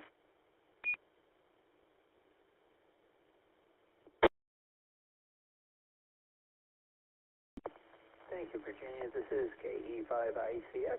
We got a number of launches. These will sound repetitious. We've heard these before, but the good news is you can watch a flight or two flights, two launches a day. So coming up, March 16th, Falcon 9 Starlink 10-46 launch from SLC-40 at Cape Canaveral. This will be 29 Starlink V2 mini-optimized satellites will go into low Earth orbit. The first stage booster, tail number 1090, will be launching for the 11th time, landing on the drone ship A Short Fall of Gravitas. March 16th, 17th, Falcon 9 Starlink 17-24. This one over on the west coast, SLC-4E, Vandenberg Space Force Base. Again, 25 Starlink V2 mini-optimized satellites will be headed into low Earth orbit.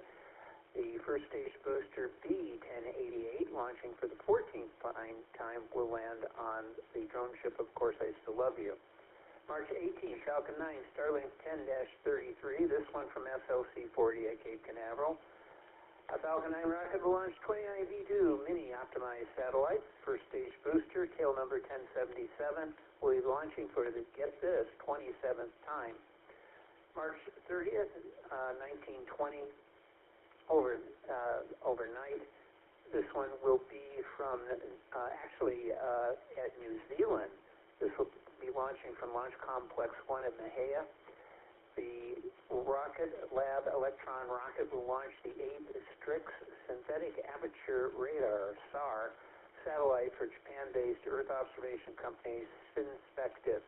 This is the latest mission of 27 dedicated Electron launches procured by the company to launch the Strix satellites. These satellites are 100-kilogram class and have a roughly 5-year operating life. What they do, I don't know, but oh well. March 19th, Spectrum onward and upward to launch from Launch Complex 1 on Andøya Spaceport in Norway. The Spectrum rocket from ISAR Aerospace will launch a second test flight. The two-stage rocket is carrying 5 CubeSats. I won't name them all, they're really hard to say anyway, but they're all small satellites from various educational institutions. Then March 20th, Falcon 9, Starlink 17-15. This will launch from SLC-4E at Vandenberg. This rocket will launch 25 Starlink V2 mini-optimized satellites. 8 minutes after liftoff, the first stage booster, tail number B-1081, launching for the 23rd time, will land on the drone ship Of Course I Still Love You. In March, Falcon 9 rocket will launch Transporter 16. They haven't determined when. This will be from Vandenberg. It will launch dozens of satellites into a sun-synchronous Earth orbit of this small-sat rideshare program. Numerous customers are flying on board, including 57 customer payloads being manifested by the German company Echolink and 19 payloads from Texas-based SEOPS Space.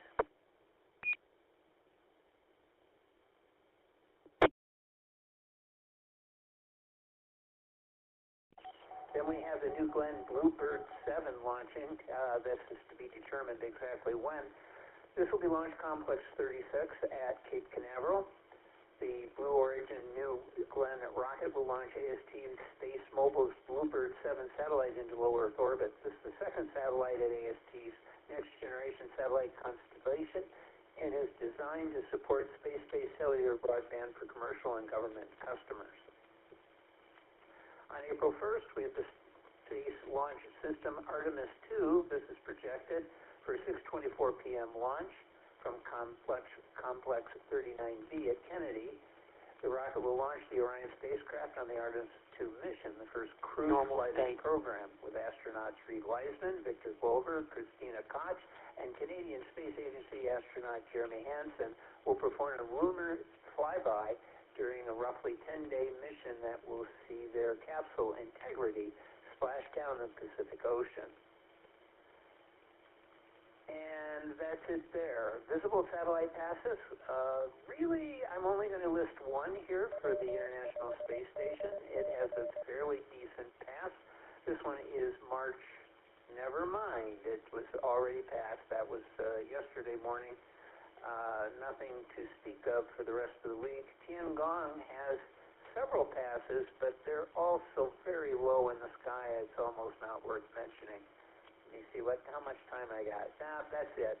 If you want to get additional information, find for your location, just go to heavens-above.com and plug in your longitude. I'm completely operational and all my circuits are functioning perfectly. Afterglow movie net, the custom list for all the satellites, both amateur and space station.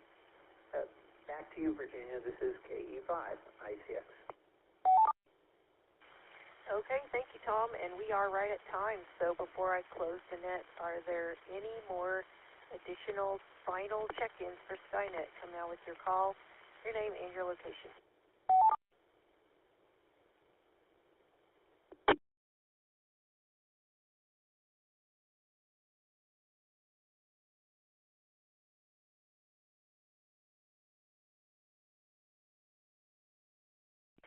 Okay, nothing heard. So it looks like we're right at 20 hams for this evening's Skynet. That's about our usual number, so you did all right. Hope everybody has a great night. And let's see, let me find my final info here. We did have 20 hams participating in Skynet this evening, and we hope you will join us. Thank you for joining us tonight. We hope you will join us here next week and every Saturday night at 9 p.m. to discuss astronomy, space, and space exploration. On this net, the sky is never the limit. We're always looking for net control stations for this and all the other DARC nets. If you would like to try your hand at this, contact the net controls by sending an email to nets@w5fc.org. You can follow topics and discussions about this net and astronomy on Facebook and X, as well as our audio and video streams, video archives, and other useful internet resources by going to w5fc.org at the conclusion of this net. Until next Saturday night, this is NV5F. My name is Virginia, and I will be closing this net at 10:32 local time and returning the repeater to normal amateur use for a few minutes before we begin the Afterglow. 7-3, everybody, and enjoy the evening discovering the universe. This is NV5F.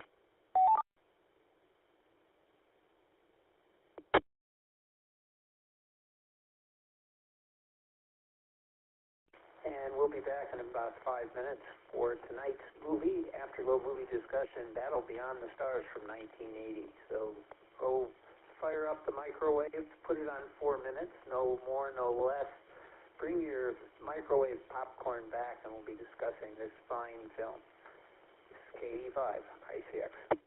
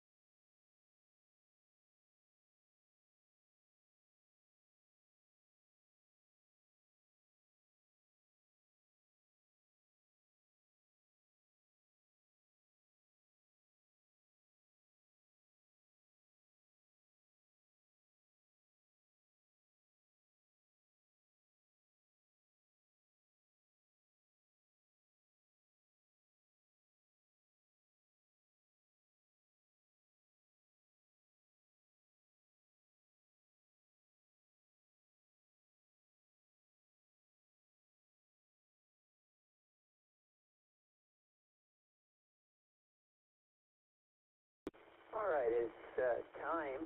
Bring your popcorn back. Hopefully you didn't smell up the living room if you cooked it too long, because that's possible. Well, let's see. This week's movie is called Battle Beyond the Stars, and it is considered technically a Star Wars ripoff. And it's probably also a ripoff of The Magnificent Seven, which was a ripoff of The Seven Samurai. It's an old story. You have guns for hire that go and help save the town. Rather than reading this very long and laborious and very wordy description of the movie, instead I'm going to tell you about the production, because there's some really interesting things here you probably aren't aware of. So anyway, it is produced by Roger Corman, who's known as the schlock horror science fiction movie director. He's done things. Sharknado, you might have heard of, was one of his, but he's well known for doing low-budget films. However, this one wasn't such a small budget. So here it goes. Here's the development. Battle Beyond the Stars came out of producer Roger Corman's desire to make a space opera-style film in the wake of the massive worldwide success of Star Wars. It was budgeted at an estimated $2 million. At the time of its release, it was the most expensive film produced by Corman. Much of the budget allegedly went towards paying the salaries of George Peppard and Robert Blond, since both of the screenwriter Sala's previous films were low-budget productions. Up-and-coming screenwriter John Salas had already written the Corman-produced The Lady in Red and Piranha, the latter of which were both financial and critical successes. At one point, Australian director Richard Franken was attached to direct. However, he was replaced by Jimmy Murakami, a veteran animator who had previously been uncredited and co-producer on Corman's Humanoid to the Deep. Let's see.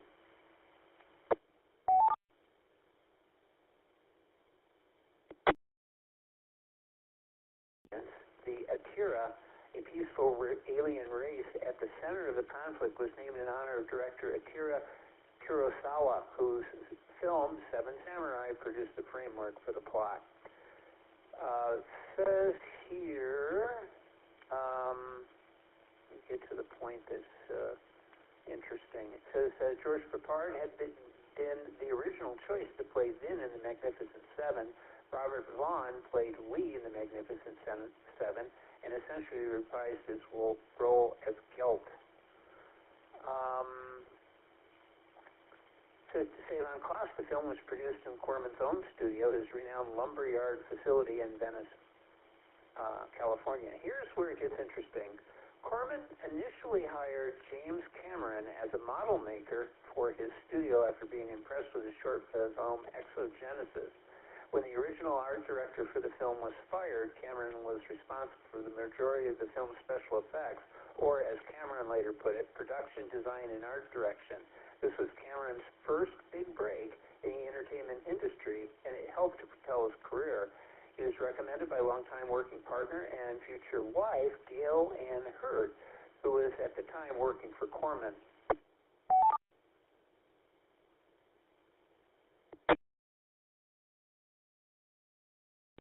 While Cameron initially worked on camera rigging, he soon started working on special effects and production design. The low budget led to Cameron's designing the spaceship corridors out of spray-painted McDonald's containers. Cameron paid great attention to detail and hardly slept for weeks while working on the film. His hard work paid off, as the special effects were one aspect of the film highly received by both fans and critics, opening the door for his later success. According to Hurd, actor Bill Paxton was employed on the set as a carpenter, which is where she first met him before working with him and Cameron on Aliens. So my first memory of Bill was him pounding nails and cracking everybody up. I mean, we'd be working for 3 and 4 in the morning, and he'd be the one who kept all our spirits up. He was that person on and off the set. So there you have it. There's some other interesting information about sound effects and things like that. I think you can read these on your own. This was composer James Horner's third film score. He'd previously done Humanoids of the Deep and Lady in Red. He was hired to do music for Star Trek II, The Wrath of Khan, simply because he sounded like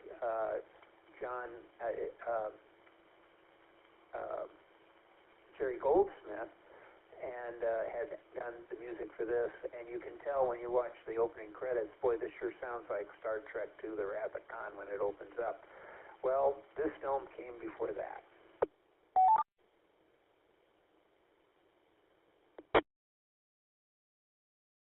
All right, here we go. I'm going to go ahead and take check-ins this evening, so please come with your call sign, name, and did you see tonight's movie.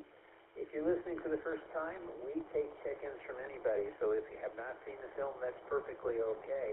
We're going to ask you if you think it's a decent film based on our own reviews for those that have seen it, and maybe suggest a movie or two that you think would be pretty good to watch, amongst other things. We're a friendly bunch.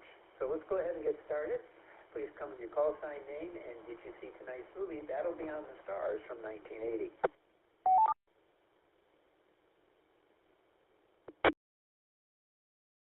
November 5, Bravo, Bravo. Yes, I saw this.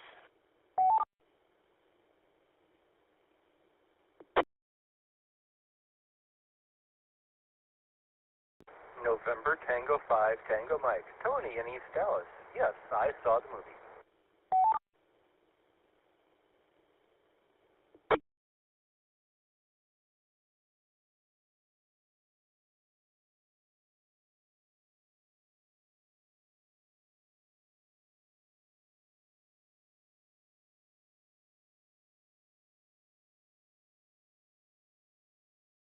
Oh, it's a little slow going, but let me get those two. I've got N5BB, Bill, he saw the movie, and NT5TM Tony, he's in East Dallas. He says he saw the movie as well.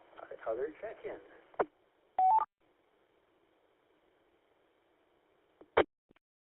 November, Victor 5, Foxtrot. This is Virginia. I saw the movie.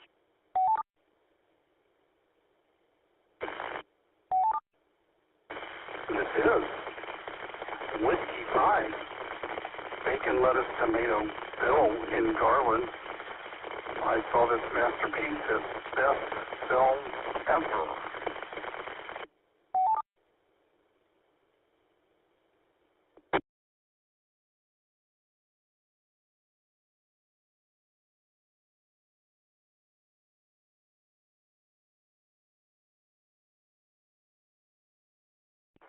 Okay, we picked up two more. NV5F, Virginia. Yes, she saw the film. W5DLT, Bill in Garland. Yes, he saw the film. Any additional check-ins, please come now.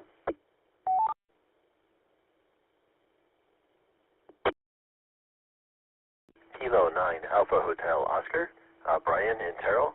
And I started watching it as soon as you mentioned it at the end of the previous net. And I must say, it is amazing thus far, K9AHO.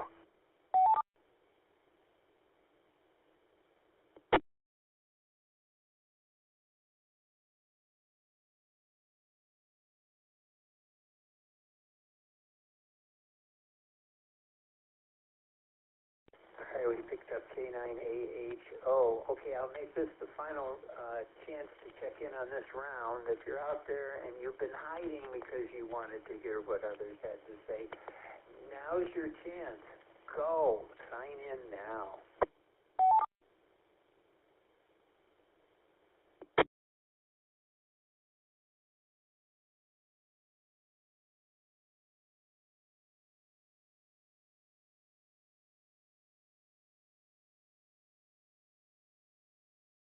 Okay, I think we got enough for a quorum. I have a feeling we'll have some stragglers show up a little bit later.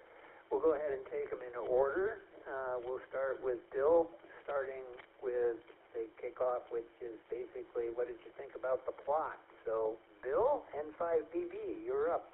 What did you think about, surprise, the plot?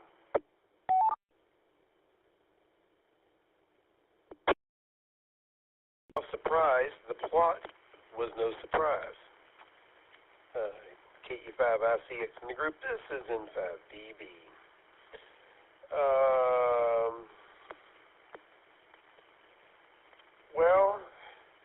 you mentioned, this is a repeat of an American movie that was a repeat of a Japanese movie. And, or the basic concept is all that was a repeat, you know. They moved it from Japan to a Western to space, but it was just the same concept. And it was a space opera. It looked like it was trying very hard to copy Star Trek. I mean, excuse me. Wrong movie. Anyway, it's trying to repeat all the space opera movies. And so it's got the same kind of elements in it. It's got the individuals going to do things by themselves. It's got the groups. It's got the different aliens that have their own weird characteristics. So it's taking things from Star Trek and Star Wars and putting them together and using the idea of going around to find various partners to defeat a common foe. But it had so many old, very well overused tropes in it. I mean, when he opened his mouth and said,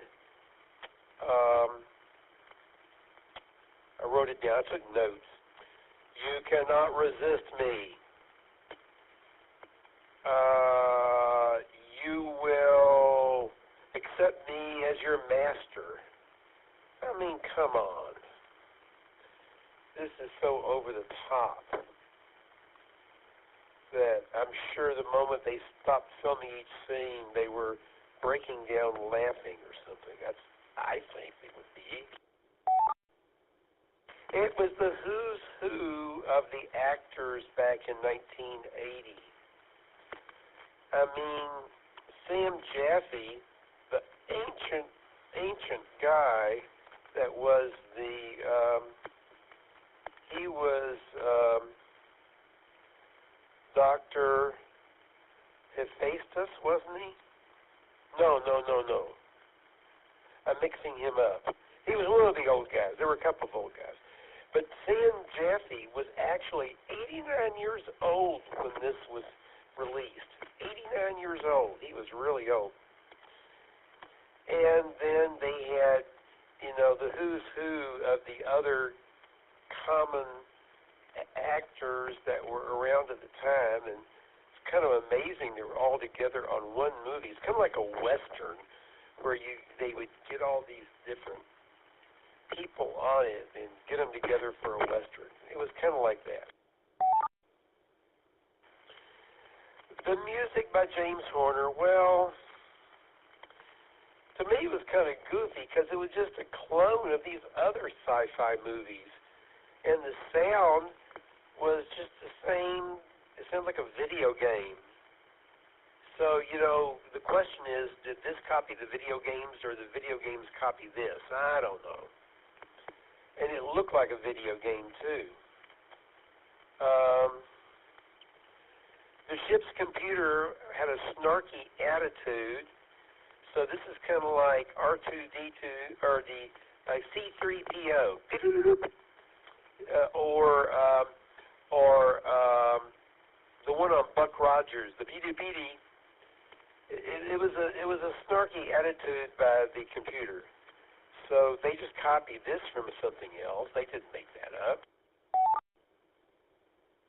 The stellar converter idea. Where do we get that from? Sounds like Star Wars to me, or Star Wars is going to have some weapon that's going to, completely obliterate a planet. So there's nothing new in this thing.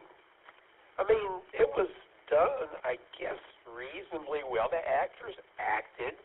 The special effects were pretty good for 1980, I guess. They put it all together. They directed it. It was a movie. To me, it was too long because there's nothing but shoot-'em-up things at the end of it, but there's some other Star Wars and other movies that were like that, too. And you had Richard Thomas that was in jillions of things. He's still around.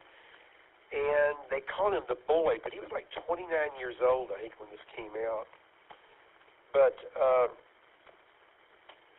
he did what he had to do. He acted it very straight. He didn't crack a smile. And I think everybody was diligently doing their jobs. I guess that's for the next section. But you know, it's all just a trope. I mean, the androids had it really bad. It's like copies of Darth Vader, just modified. Bad vocoders. So this is what turned me off. The cowboy character. Did it remind you of Han Solo, kind of, and other things like that? You know, there's nothing new here. This is just, they just retreaded it. So that's what bothered me about this plot. There's no new content in it. Anyway, that's all I got for now. N5DD.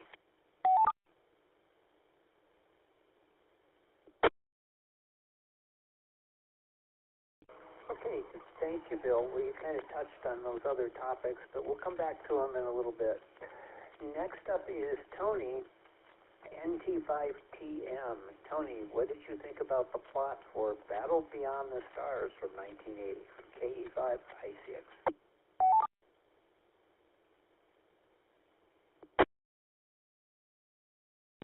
Well, good evening, Tom. I would give it a rating of mostly coherent. Of course, it helps that we've seen a movie like this, most of us, at least twice before. So we know more or less what's going to happen. It's, kind of predictable in that sense. Oh, look, this is what we're going to lose. That said, there were often incidents, little details that seem to make me feel a little bit quizzical. I remember thinking and writing at one moment, oh, look, a desiccated space prostitute. Just sort of odd little incidents that didn't necessarily seem to flow smoothly one thing from the next in the way that made sense to me.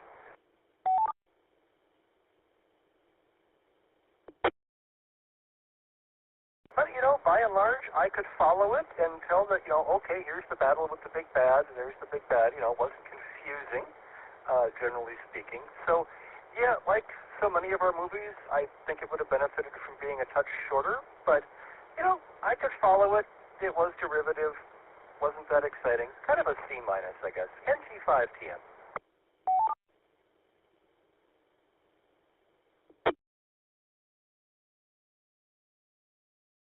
Thank you, Tony. Yeah, I don't disagree with you. Why belabor the point, right? Okay, next up is Virginia, NV5F, Virginia. It's a 1980s film, in fact, 1980, so I know you have a special love for 1980s era films. How about this one from KE5ICX?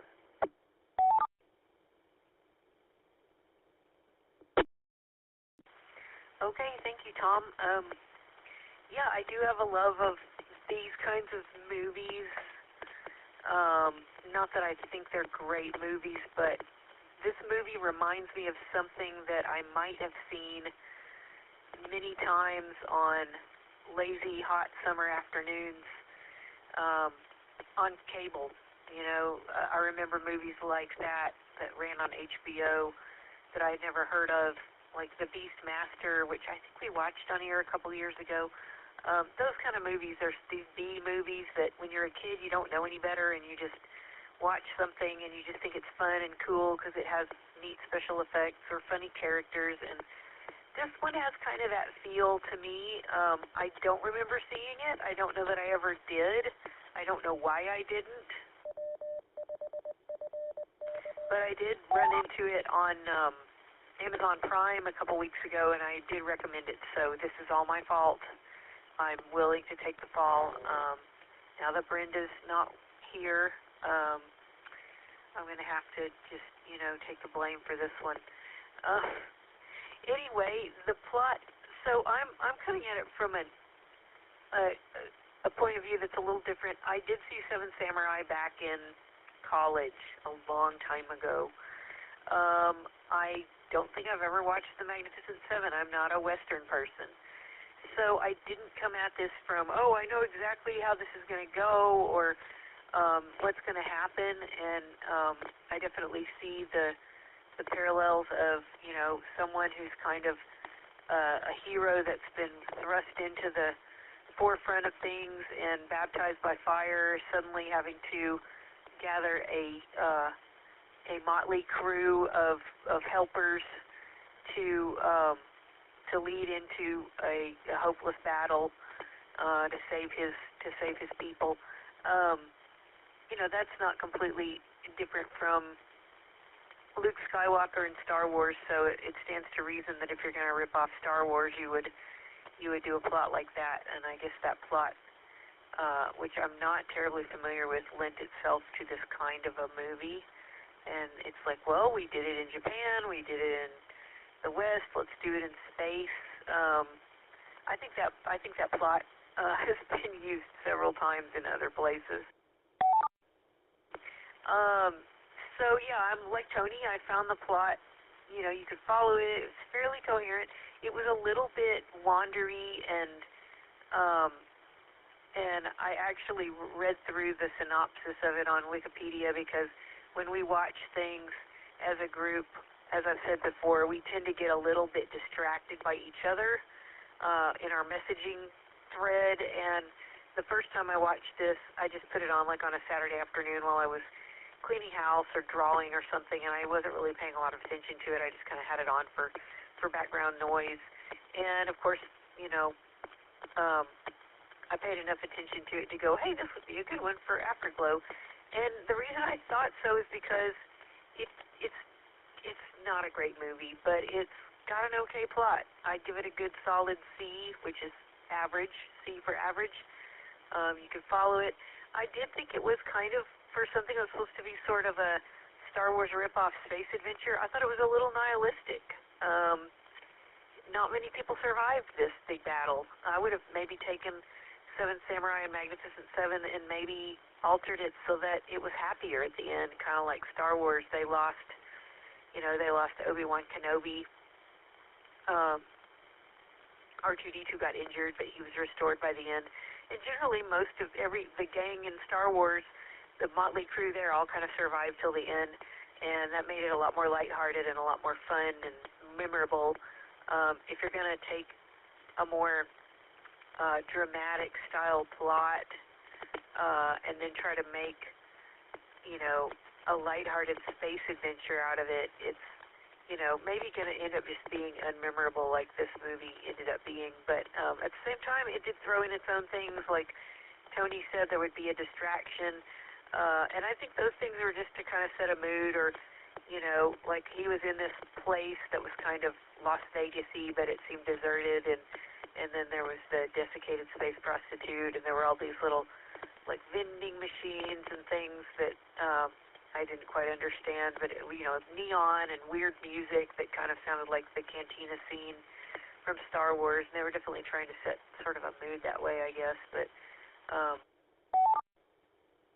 the trope, the uninitiated green hero kind of, coming into his own via having to discover his talents. And they did a little bit of that Mary Sue stuff where he seemed like, I'm not quite sure what I'm doing, but I seem pretty good at it, That was a little bit annoying, and he, maybe he was 29, but he didn't look a day over 18. That guy just, he hadn't really aged that much by that point. So he, that's a little bit of round two stuff. But anyway, okay. It had variety. It had predictable things, but, you know, it had a lot of battles. And I think that was kind of the point. Let's just have a lot of battles and string them all together because, you know, if you're not paying much attention to Star Wars, that's what it can seem like, especially to younger people. You know, when I went to see Star Wars when I was like 4 and 5 years old, when it first came out, I didn't know what the plot was. It was just cool. You know, it had spaceships, it had neat creatures, it had, you know, cool characters, it had fun action, it had great music, and so I think that's kind of what they were going for. They're like, well, let's take a plot that we kind of know, and we can have lots of variety and copy Star Wars. And it felt like it was copying Star Trek the motion picture a little bit, too, with just some of the variety in the plot and the space travel and all that. But, yeah, I thought it was okay. It was understandable. It was a little bit melancholy and poignant at the end. I thought it, you know, could have stood to maybe be tweaked up to be a little happier at the end, but overall, not too bad in V5F.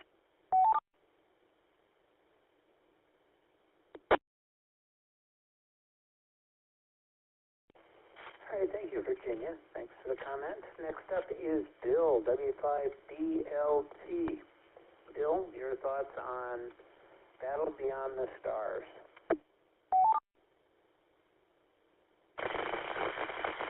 Well, thanks, Tom.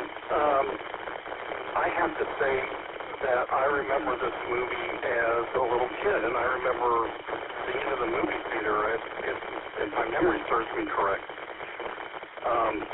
Again, my mom skipped over some parts in the descriptive video for the blind child, but I just love this movie.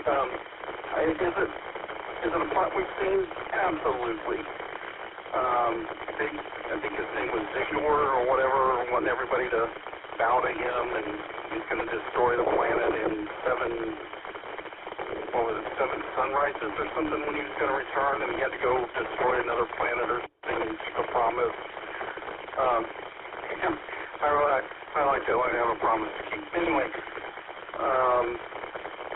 I think there were 2 guys on another spaceship that just loved trying to destroy people, and they were chasing the kid, and was it Mel, the spaceship, or Nell, maybe. Hearing impairment gets me now. But anyway, I think I also remember watching it on HBO quite a bit. I had the Star Wars record album with the soundtrack and the narration. And that was kind of a forerunner of descriptive video because they would have the soundtrack of the movie and the actors and then the narration of what was happening. And so my mom would narrate this movie, Battle Beyond the Stars, to me. And so, is this a movie that stands on its own and is a classic that you're going to want to watch over and over again, like George Lucas's first movie, that letters and numbers I can never remember? Oh, it's probably not, but you know, it just brings happy memories to me as a kid. And of course, I loved westerns growing up and cowboys and all that, so yeah, it's kind of sad to see the cowboys' demise. The thought occurred to me as they were doing a Disney eliminating Star Wars characters before Disney did that. And of course, remember the black hole. Disney eliminated most of the characters there. And this movie probably could have had some toy sales if they hadn't killed everybody off almost. So I think they missed the toy market there. That's really all I have. Yes, I know I'm silly for loving this movie, but it just brings happy memories of my childhood. W5BLT.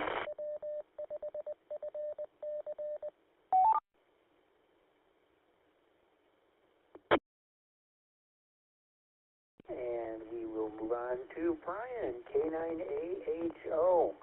Same question to you. What do you think about the plot for our fine film Battle Beyond the Stars from 1980 from KE5ICX?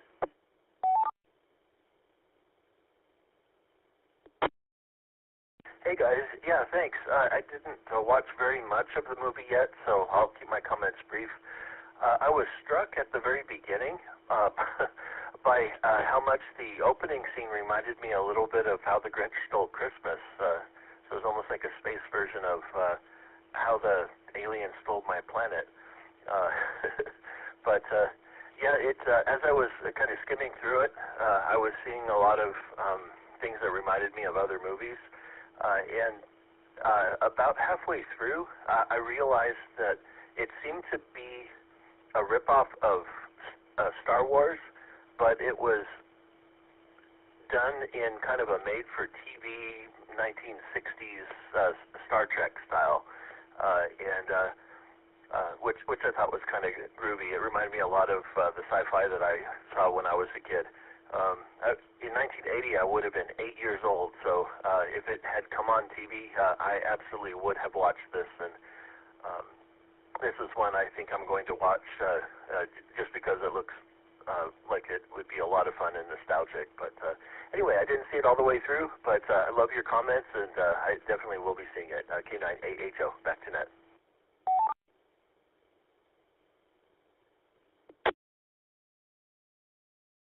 All right, very good. Thank you, Brian, and continue watching. We'll still be here, I'm sure. Okay, anyone else want to check in? We're talking about tonight's movie, Battle Beyond the Stars from 1980. Maybe you saw it. Maybe you didn't. Maybe you just are awake and you can't fall asleep. I don't know. If you'd like to join this conversation, please come to your call, your name, and did you see the film?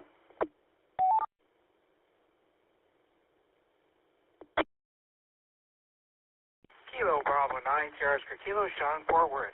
Yes, I did see this film.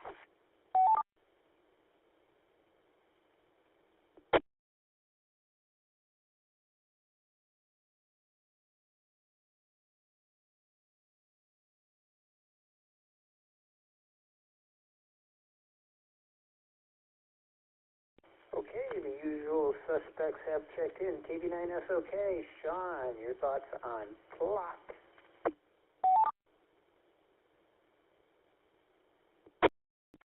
Yeah, this is KB9SOK. Yeah, I agree with what everybody said. This was pretty much, obviously a copy of that, that Western, and then, of course, the famous Japan movie, and then mixed in with Star Wars.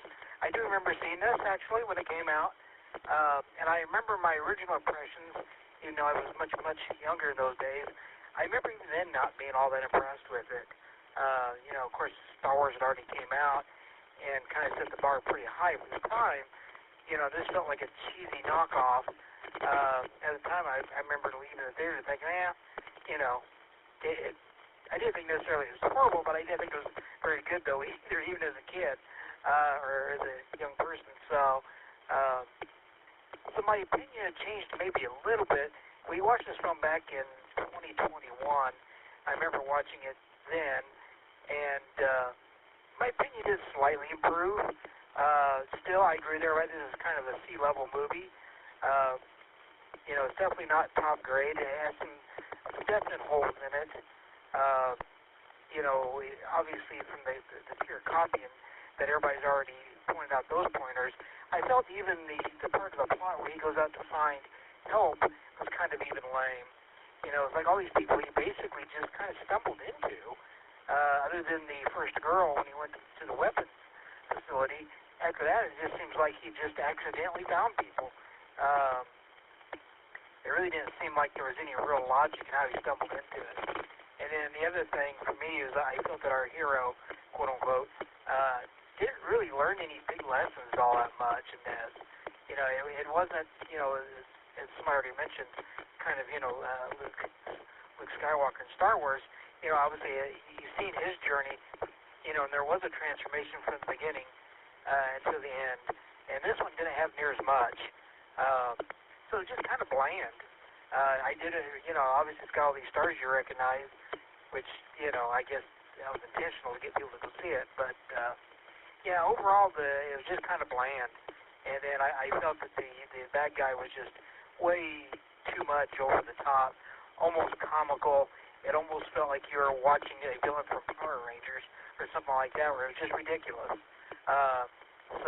Had the villain been a little more realistic, I think that would have been much better. The only other thing I thought was kind of interesting about this is that, obviously we have the Space Cowboy, which was from Earth, and so I thought it was fun that they did throw in a person from Earth, but yet Earth didn't really have a major part in it other than one person. So that was I thought that was interesting that they did decide, instead of a galaxy far, far away, this was somewhat close to us. So yeah, I agree. This was definitely a sea-level movie. Fine for a late night, you're bored kind of a movie, but definitely one you're probably not going to watch multiple times. Anyway, that's all I got. Back to net. KB9S, okay.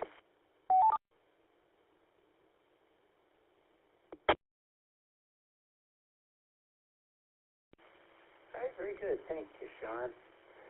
Well, I'm not sure what to say about this film.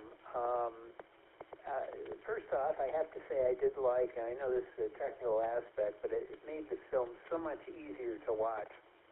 This was an HD recording. I guess they had reconstruct the film. I think it was Shout, which is a company that resurrects B films, and also I think supports actors of low-budget production. So I think, if I remember correctly, at any rate, they restruck the film for its 30th anniversary, I guess, for HD, and it really helps because the only way I've ever seen this movie is with the muddled standard def on cable television. That's how I saw it, with cable on TV on the small screen. And of course, after Star Wars and that, everything kind of looks a little cheesy, to say the least. So watching it yesterday for the first time with, it cleaned up and with brilliant color and all of that made a difference. I really enjoyed that part of it. Now I'll make more comments about the actual stage stuff that they did and special effects later on. But that helped. It did help me to stay at least mostly amused with the movie. The characters, of course, are somewhat stereotypes. We know that it's the Seven Samurai, and by the way, if you, Virginia, if you haven't seen The Magnificent Seven, you got to see it. It is a Western, yes, through and through, but it's a wonderful movie to watch. It's action-packed, got a beautiful score with it. It's got everything, and it is considered one of the great Westerns of all time. So if you get a chance and you can forgive the genre, I think you'll like it quite a bit. But more than this movie, probably. But who knows? And Robert Vaughn does indeed play the same character that he does again. He plays the same thing in The Magnificent Seven. And as we all know, Robert Vaughn does the best Robert Vaughn possible. So he's very good at doing Robert Vaughn. Let's see here. The dialogue is stilted and silly, and Roger Corman's kind of difficult to peg at times. I'm never sure if he just is telling a story in tongue-in-cheek, or whether that's just his style, and this is his dramatic way of doing the film, and it just happens to have that look to it, like an Ed Wood production or something, that it is designed that way, and that's just his sensibility. Although when you're doing something like Sharknado or Shocktopus or whatever the heck some of those films were he did for Sci-Fi Channel, I assume it's tongue-in-cheek. And that's okay. I don't mind that. It's just that if you're going to do that, make it a little bit funnier, maybe. I don't know. It's sort of in this middle ground. I'm not sure if he's taking it seriously, too seriously, or not enough. It feels like it's kind of off either way.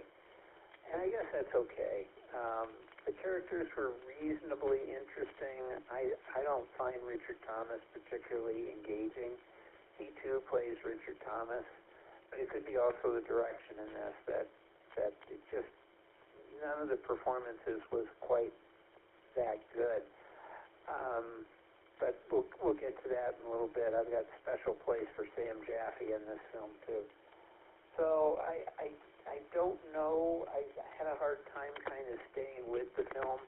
It was entertaining enough to keep me awake and watching, but I lost track of what was going on. I really did. So, because in all the space battles, we talk about those, and I don't know, what are they shooting at? They're shooting at that thing over there and that thing over there. And as we all know, space is the size of a sound stage. So it's never going to be very large, and everybody can see everybody. So I don't know. Maybe someday somebody will make a space battle movie where there's actual strategic things going on, and you could like look at it and interpret and understand and know.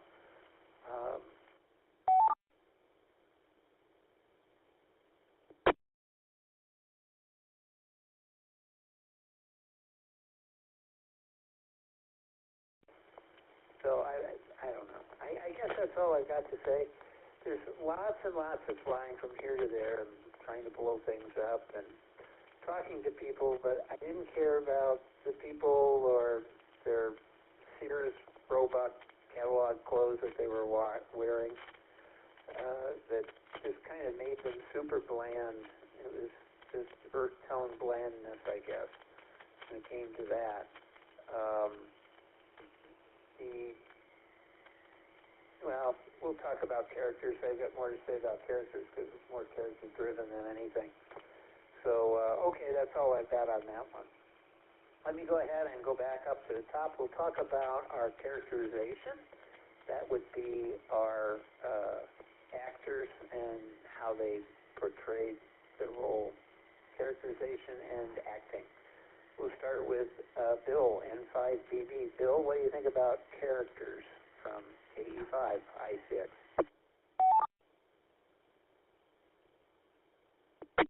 Well, thank you, Tom. This is N5BB. Well, as you said, even though Shad, played by Richard Thomas, was the main character, I didn't really care. In other words, he made it through it, I guess, doing what he was supposed to do, but it seemed just too bland. Nobody in that planet, Acre, I didn't really care for them. They all seemed kind of,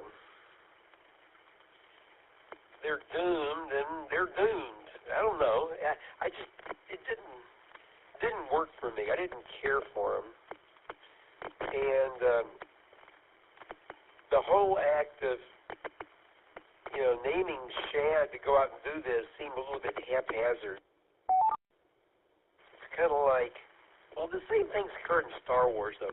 It's like they're playing like they're at a war. It's not a real war. They're playing like they're at a war.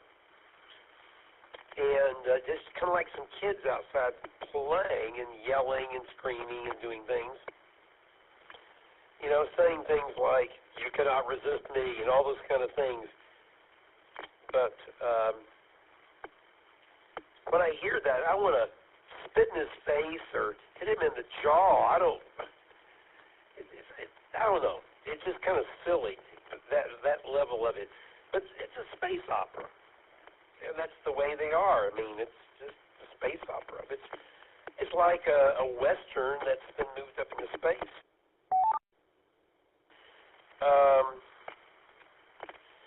As far as the other characterization, most of these other characters from other alien worlds, also, I didn't care a lot for them. They were just kind of thrown in there, but I didn't exactly understand. It's like there's five individuals or whatever. There's not a whole army. There's like 5 people. It's like the stormtroopers are, the Stooges or something. I mean, it's crazy. I just didn't understand how you're supposed to interpret this with him going around gathering up a few individuals here and there, and I didn't understand that whole idea, and I didn't understand. They tried to make him different on purpose. They tried to make each of these groups different, but at the end, I can't tell one from another. In other words, I don't care about one group of them more than another. And then you have the space cowboy. Do you really care about him? No. George Papard, he's in there having fun, smoking his cigarette with his feet up, just kind of playing around. And I guess he's supposed to be, Han Solo or something, but I don't care about him and what he's doing. So I did not care about these characters. And then you had Sybil Danning. For those of you youngsters that were too young to know, Sybil Danning was a German actress that was involved in a whole bunch of B and R kind of sexploitation films back in the 70s and 80s. And so she was mainly known for being very busty. And so they have her laying down in this spacecraft with this bridal thing on there, kind of a weird bra thing that barely covers her boobs. And this is rather blatant. So it was really obvious, what he was doing there. And I didn't understand it. She was Valkyrie. She was a Valkyrie, supposedly. But I don't know. The funniest line she said, talking about characterization of her character, she was the Valkyrie, whatever her name was in the film.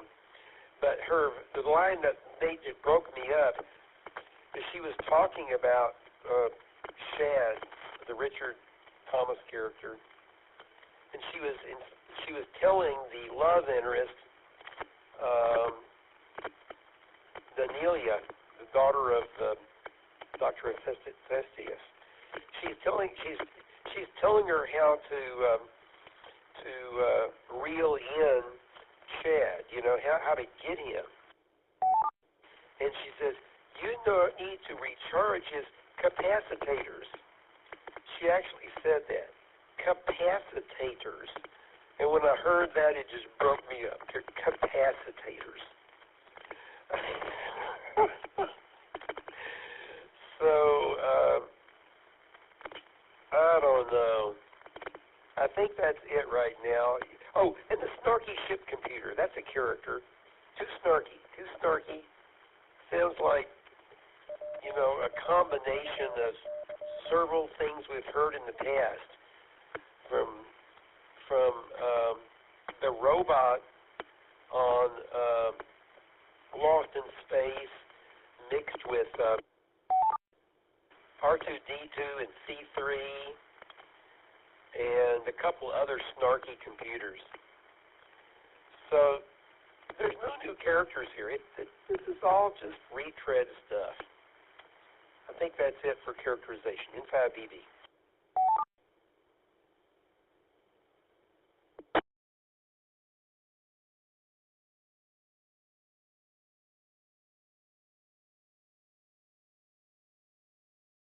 Characterization. Tom, your audio didn't come through. Try again. In 5BB.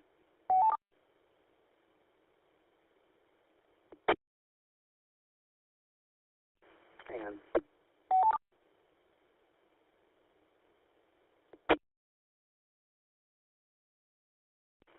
Let's try it now. I get a little bit of feedback, and I know that the signal isn't going through. I'm not quite sure why that is, but there's a strange little sound that I get, and I think it's the All-Star Link device I'm using here puts out an ID, and during that idea, it mangles my signal. So, go figure, right?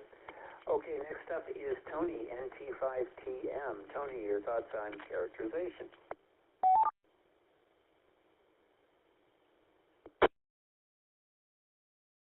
Well, Tom, good evening. And I did like Bill W5BLT's comments about childhood nostalgia, because I could imagine having that for this film had I seen it when I was really little.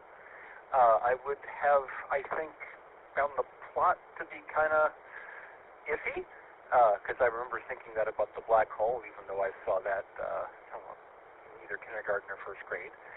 But I probably would have liked just how broad and stereotypical these characters were. Now, to me, of course, I don't know who any of these people are.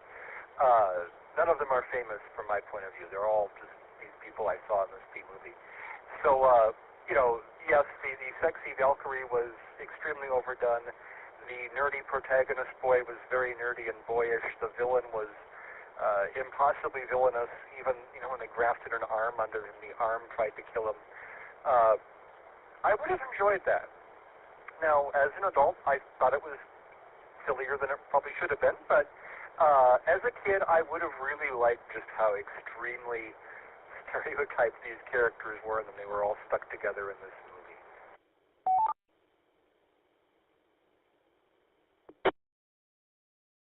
I could tell them apart. I would have been proud, I think, as a kid that, it didn't sit as well with me now, or I think with most of us, that so many of the characters died by the end. But as a kid, I would have kind of been proud of that, because I was really noticing that cliche of, it's an American movie, so all the good guys live, or either that or one romantic couple lives. That was already getting obvious, because it's done in so many movies. So I would have liked that they were, kind of not afraid to bump off characters. But again, in the actual watching it as an adult, that was less impressive. It kind of seemed like they were just getting rid of people because they'd run out of days in their contract or something. Kill that one. Kill that one.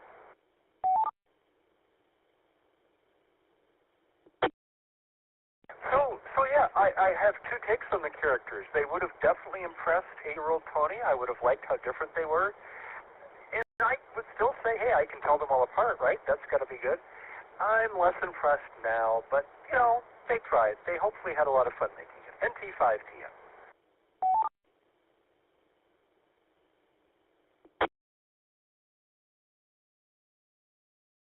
Thank you, Tony. Next up, Virginia, NB5F. Virginia, your thoughts on characterization?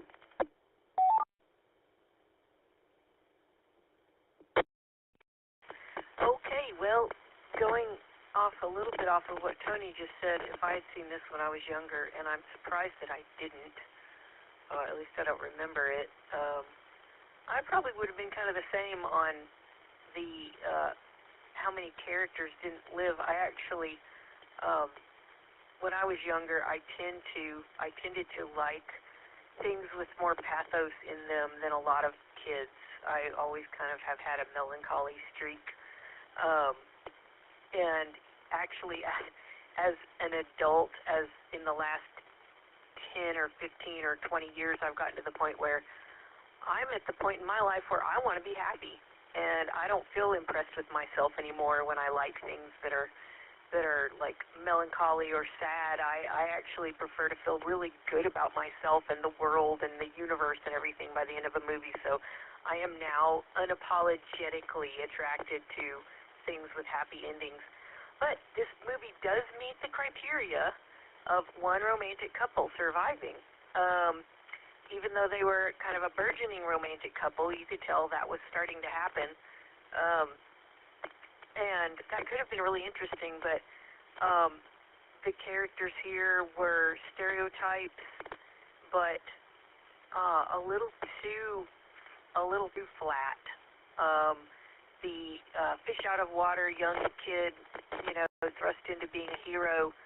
I think they were trying to portray him as kind of transcendent and sort of, like being the one who's chosen to carry on as the hero for his people. But it was hard to like him or identify with him because he was a little flat. He was a little too detached from things. There was a couple moments where he kind of got a little assertive or got a little bit unpredictable, and it didn't seem to fit his character by that point. You know, he wasn't quirky or unpredictable enough at the beginning, so it was kind of hard to go, oh yeah, I like this guy. He was okay, but he wasn't really someone I was like, man, he's so memorable, you know. And then they put people in these ridiculous outfits, like, you know, people in other alien civilizations or in the future seem to always wear these weird pajama-like quilted, you know, clothings that are impractical or whatever. And then, you know, there was a broad range of characters. You had the cowboy. I did like the thing of him being from Earth, and that's the only reference you really have to Earth, so you got a little bit of Earth culture thrown in there. That is a difference from Star Wars. It's you know, it's kind of cool to think, oh, well, this did happen in our general vicinity. You know, the Valkyrie character was kind of almost the Klingon stereotype, or vice versa, I might should say. And of course, you know, you've got to have those kind of characters. You have to have a variety of different female types to get a variety of different young men to come to the movie, because it's science fiction, and the demographic that goes to science fiction movies is, you know, is mostly guys, mostly younger guys. For something like this, they were trying to do get the Star Wars crowd. Yeah, a variety of characters here, all very stereotyped. The Nestor guys reminded me of something that might have been on Star Trek, you know, a little bit of that. And a lot of these guys did, like, the way they did the aliens, like they'd have just the guys with the funny foreheads, and the guy that looked like a largemouth bass and all that. It felt a little more Star Trek-y than Star Wars-y, because the aliens it was a little bit more like, you know, latex appliances for makeup, or else they just looked human.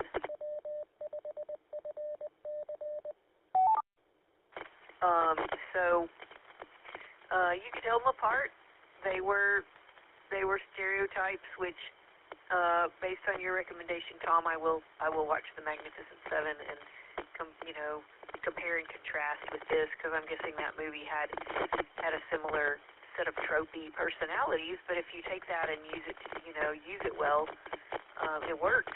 If you like those people, if you can make characters that are dynamic enough, that have an arc or are quirky, likable, appealing way. And I think a lot of people who do these ensemble kind of variety casts don't know enough about characters to make a quirky or even kind of obnoxious character sort of likable.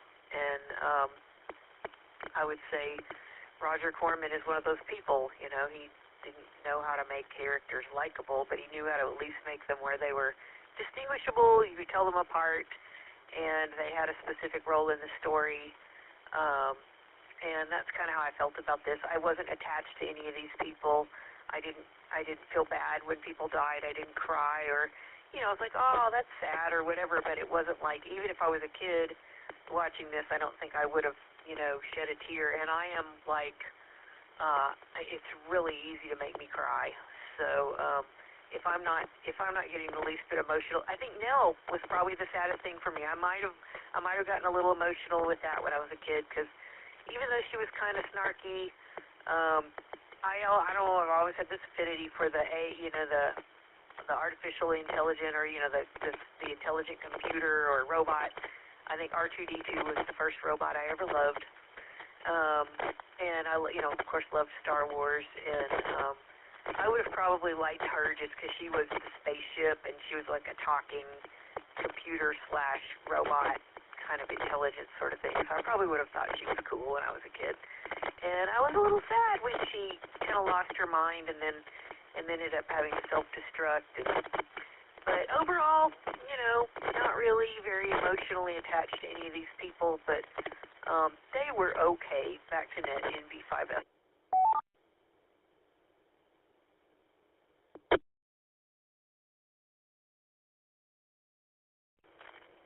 They were okay. Okay. I'll buy that one. Let's see. Next up is Bill, W5GLT. Bill, were they okay or better or worse?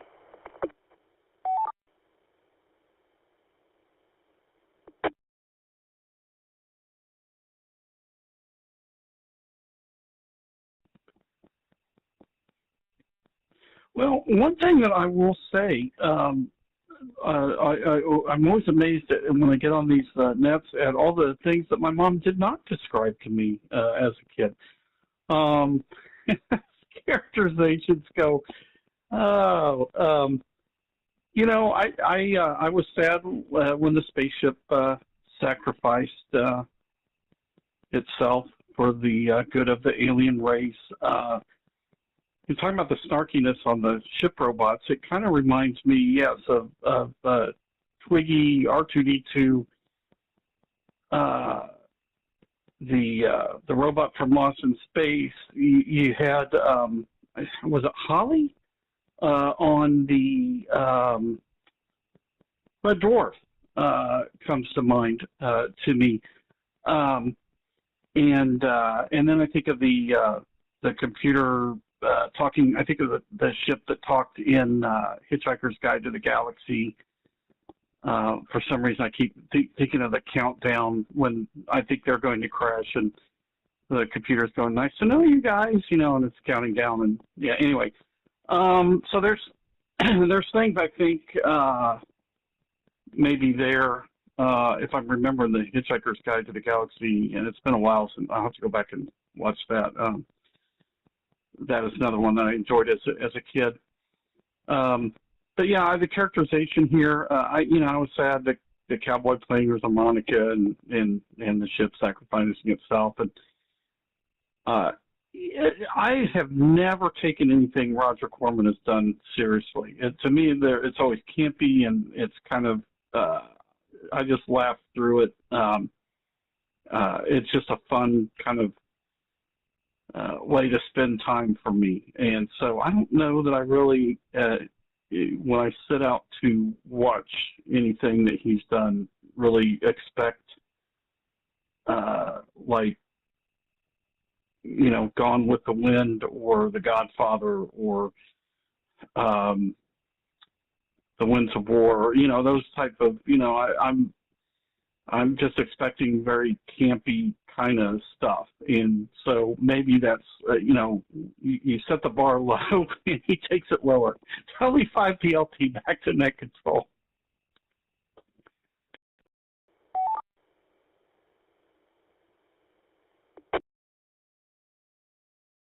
Oh, I'm sensing a pattern here when it comes to our actors and their acting. Okay, next up is Brian, K9AHO. Brian, what did you think of the acting and characterization?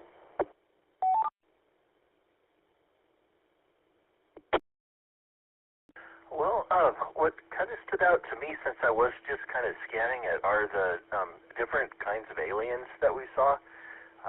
There was the thermal aliens that communicated by increasing and decreasing the temperature. I thought that was kind of innovative. I hadn't seen that one before. But it was also interesting that the aliens that were all white with the third eye in the forehead, it almost seems like they reused the actors, just doused them with some white paint or dumped some flour on them, because it's got the same head shape and, you know, maybe just, you know, different outer garments, but I thought that was kind of clever. I really liked the android scene. The way that the androids were portrayed reminded me very much of Data later in Star Trek series, and so I kind of wonder if Star Trek didn't borrow a page from this. it just was very, very similar. And then the lizard people, I was very amused. I was trying to figure out what they reminded me of, and then I got it. It was maybe the folks who did the Planet of the Apes facial prosthetics teamed up with Land of the Lost in the Sleestack. But anyway, I was delighted by the variety of creatures, and it took me back to my childhood. K9AHL, back to net.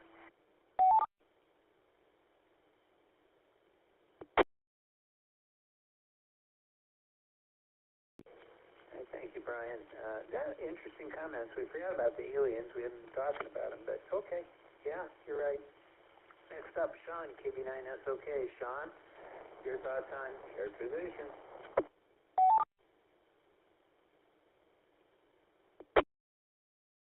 Yeah, this is KB9SOK. Yeah, I agree with everybody said. Just kind of reiterating what I said earlier. Our bad guy, I just thought it was too much over the top. Actually, when we watched this last night, I didn't even realize this was a Roger Corman movie. You guys mentioned it. I should have known, because that explains a lot. It definitely falls into his category. So yeah, sometimes you don't know whether to take this seriously or not. I didn't really care for the villain at all. And of course, everybody that worked for him were idiots. Supposedly, it's like, once again, why would you gather up the dumbest people that you could find in the universe to command your main ship? That just doesn't make a lot of sense. I didn't care for the main villain. Our hero, I thought he was kind of bland too. Very one note, very predictable. Like I said, didn't really feel like he learned a whole lot of lessons in this. Didn't really have that big of a journey. So that was a little disappointing. All the characters were pretty much just one note, very predictable, not a lot. I do agree about the aliens. I'll give them credit for trying to make each one truly different instead of just making them all exactly like humans. So I'll give them a little bit of credit there, but they probably stole that from Star Wars, even though the main characters of Star Wars were humans. But there was obviously side ones that weren't. Not a lot here in the characters. They're just kind of bland, and I think the actors did okay with what they had. But once again, it did feel like a made-for-TV movie, and not really a major budget film. Not that any of them did bad, but they didn't really do good either. So I've seen all these characters, I think, do a better job in other movies. So not a lot on characterization. Back to that. KB9SOK.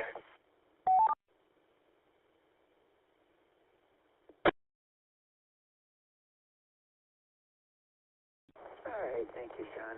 Anyone else want to check in? Please come down.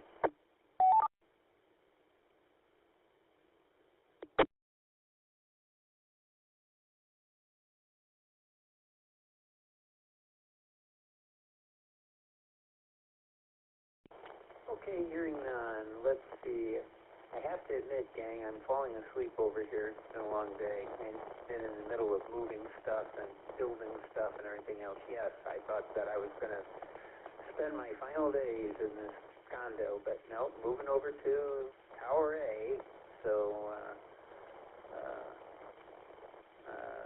moving stuff over is not trivial. Anyway, thoughts on the characterization. First off, everybody's in stereotype. We've got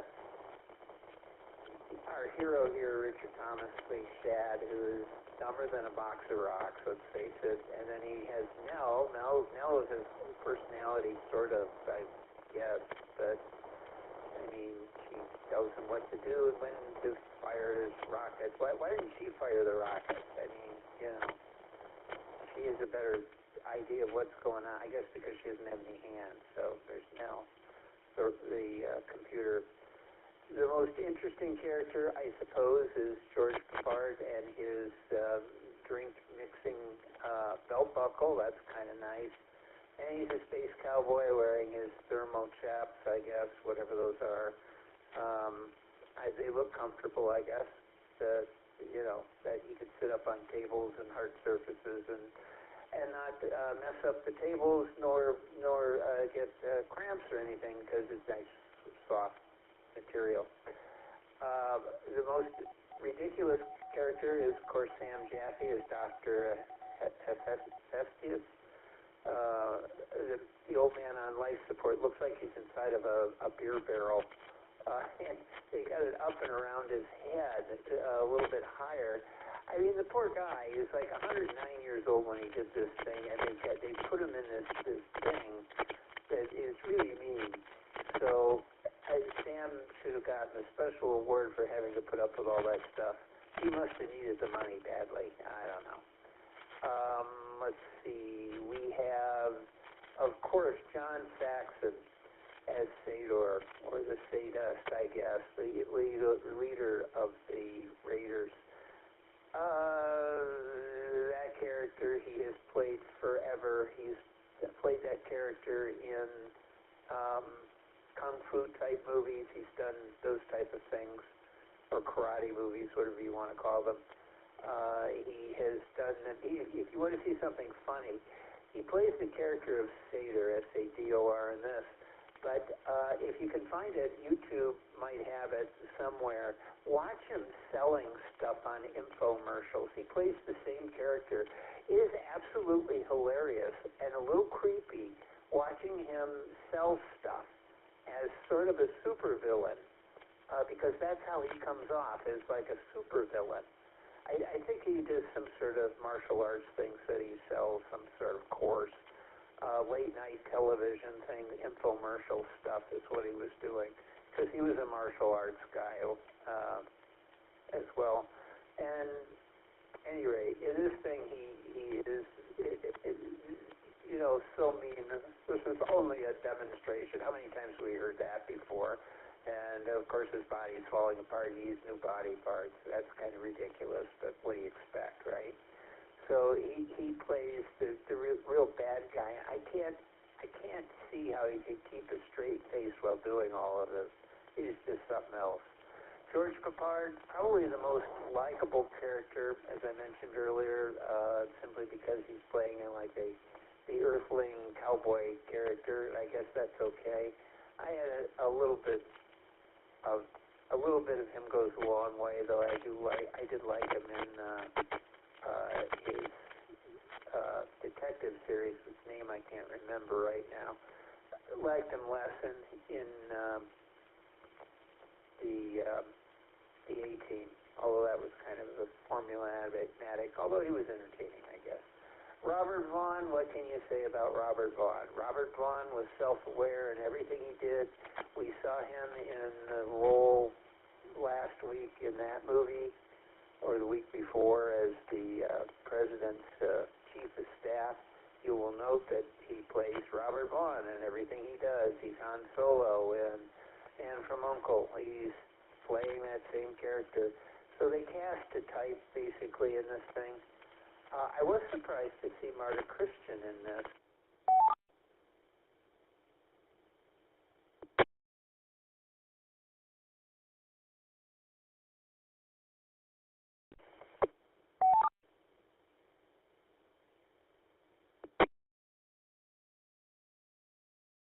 One more time. There we go. I think what was happening is my little all-Starlink thing was mad that I was on there too long.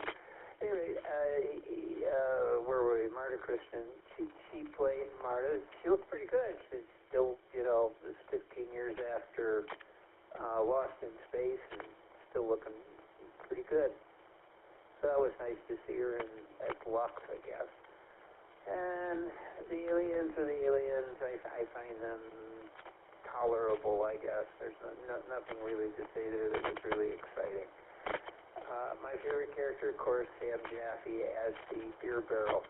I thought that was a lot of fun. All right, final round. We got 8 minutes, so we'll zip on through this. This is special effects and things, or and music, whatever you'd like to say, or something you missed on the first 2 rounds. Now's the time. Starting with Bill, N5BB. Go ahead.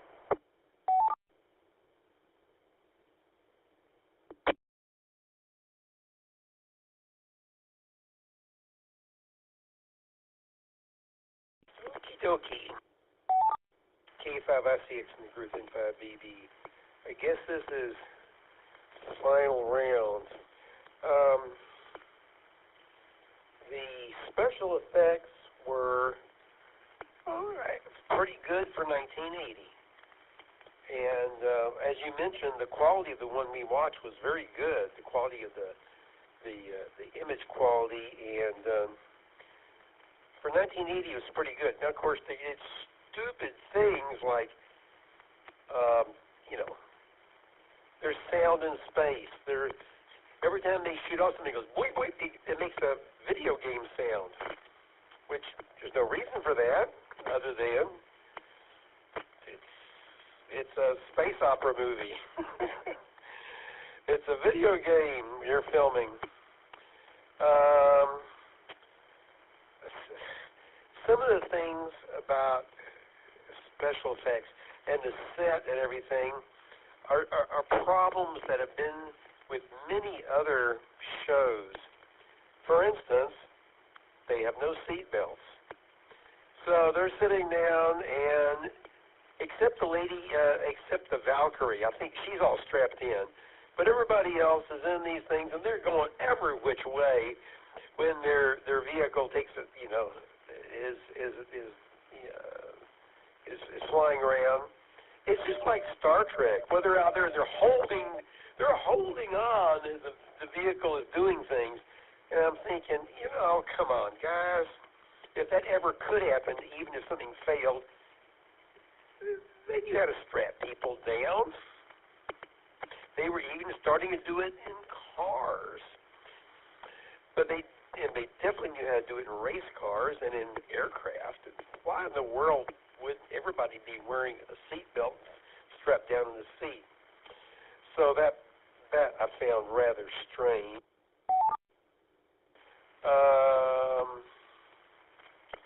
You should never be smoking in space, so I didn't like the Space Cowboy. That made a bad special effect there. I already mentioned the snarky ship computer. I thought was just silly. The music was space opera mixture of John Williams with other stuff, and I'm sorry, but they just copied. They copied, Star Wars from our point of view, and it's just, why can't they be original? Let's see, what else can I think about spatial effects or other things? Color was good. The audio was good, although it was goofy. The quality was fine. We could hear everybody. We could see them.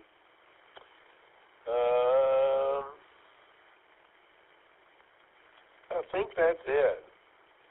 Oh, the ships were shaped weirdly. Some of them they looked nearly like private parts of humans. So I thought that was crazy. I think they got that from Star Trek. But I thought that was uncalled for. No reason to have these weird shaped ships. That made no sense at all to me. That's all I got. In fact, 2001: A Space Odyssey. The spacecraft were shaped the way spacecraft should be shaped. I think that's all I got. N5BB.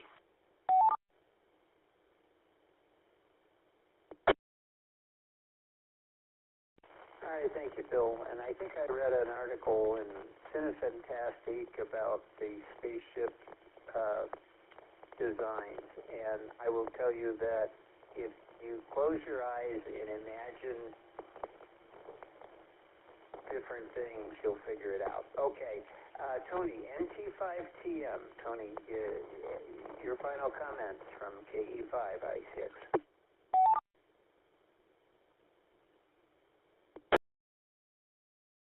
Good evening, Tom. I'm glad you stayed awake with us.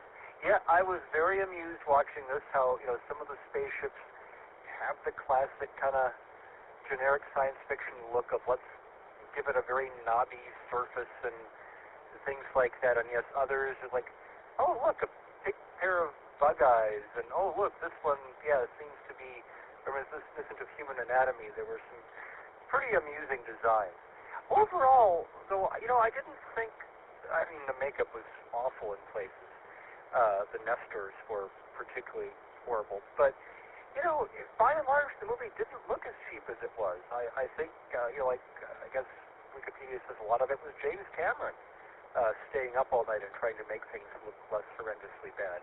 It still looked cheap, but it didn't look nearly as cheap as I had expected. So it definitely gets a point for that. And yeah, sound is often one of the worst things on a low-budget movie, and they managed to avoid that too. People were almost always understandable, which is much more than we usually get out of low-budget movies. So, had some good points. NT5TN.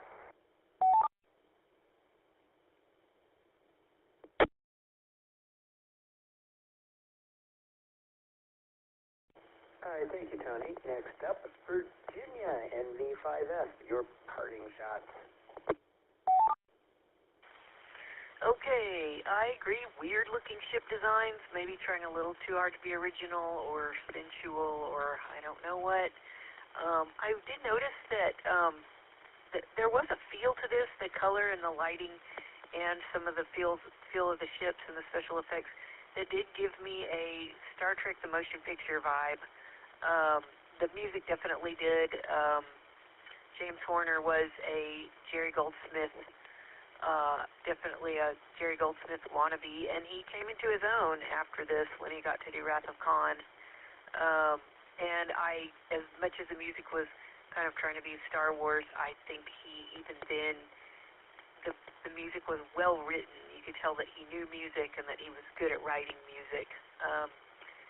And then there was a mention of James Cameron and his work, and then I thought of this interesting sort of juxtaposition of him and Roger Corman, because I think he was a genuine, at the time, his love of what he was doing in special effects was so genuine that that's probably part of what did make this at least come off a little bit better.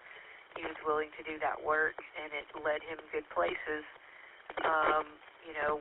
Even though he got part of his start working for Roger Corman, who I think was kind of the opposite kind of personality. You were talking earlier about whether he could do anything tongue-in-cheek, and I don't think he did. I think he was earnest only in that he didn't take anything he did that seriously. He wasn't trying to make a great movie or a great story, but he was trying to just, ride on the coattails of what was selling, and to him this was a job, and he's trying to make money. Most of the people who make money in the world aren't doing it by being amazing or standing out. They're just doing their job, and he just happened to be the producer of lots of movies that each individually over the course of years got enough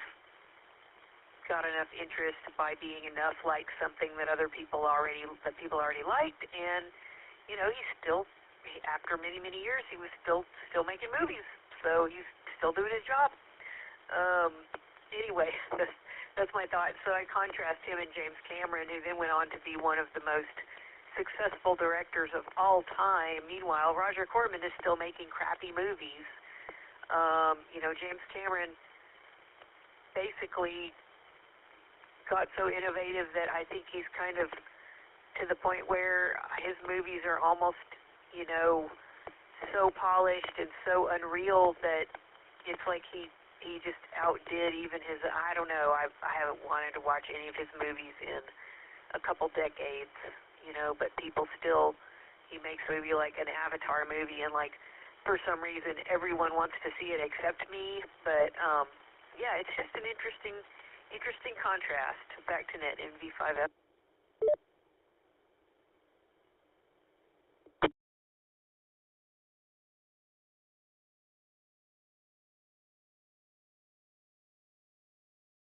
All right, thank you, Virginia. And yeah, I agree with you on a lot of that contrasting what happened. But I think that's what Roger Corman liked to do. Is he likes to make these schlocky movies. That's the way it is. I'll remind everyone, since it is midnight, that you may have to drop carrier now because Elvis has left the building, and so has our timer has taken its place. So you may want to drop occasionally. Next up is Bill, W5BLT. Bill, your final comments.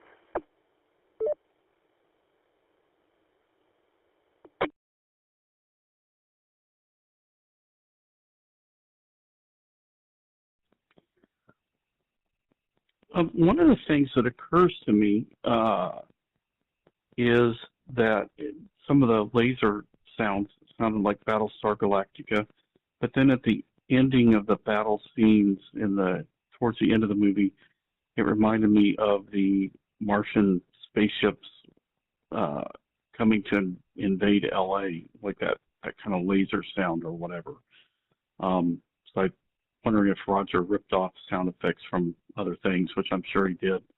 Thanks to you guys. I never look at movies the same way again. Pun is definitely intended by the blind guy. I do always appreciate this, Nat, and it's so much fun. I imagine movies in my mind and a spaceship and scenery based on, maybe an airplane that I've been in, a Cessna or a Stearman biplane or a fighter. And so anyway, I always get a description of things. So for me, I'm imagining things from a totally different point of view, and then I get the descriptions from the net. So always helpful. That's all I got. W5BLT. Back to Net Control.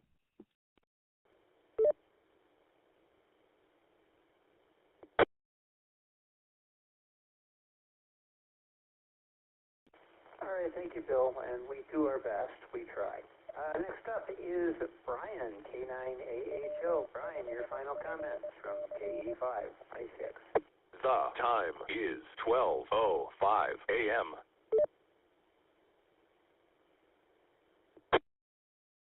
All right. Well, first of all, thank you all for being very open. Even if folks haven't had a chance to see all or any of the movies, you still invite us to participate, and I really appreciate that. I think the only thing that I haven't commented on yet has to do with the music itself. And as I was listening to the opening, it reminded me very much of Star Wars, but it was just off. It kind of reminded me a little bit of royalty-free music sites where you're trying to find something that's like close. But in any case, thanks for the great movie suggestion. This is one I definitely want to see, and hope you all have a good night. K9AHO, back to net.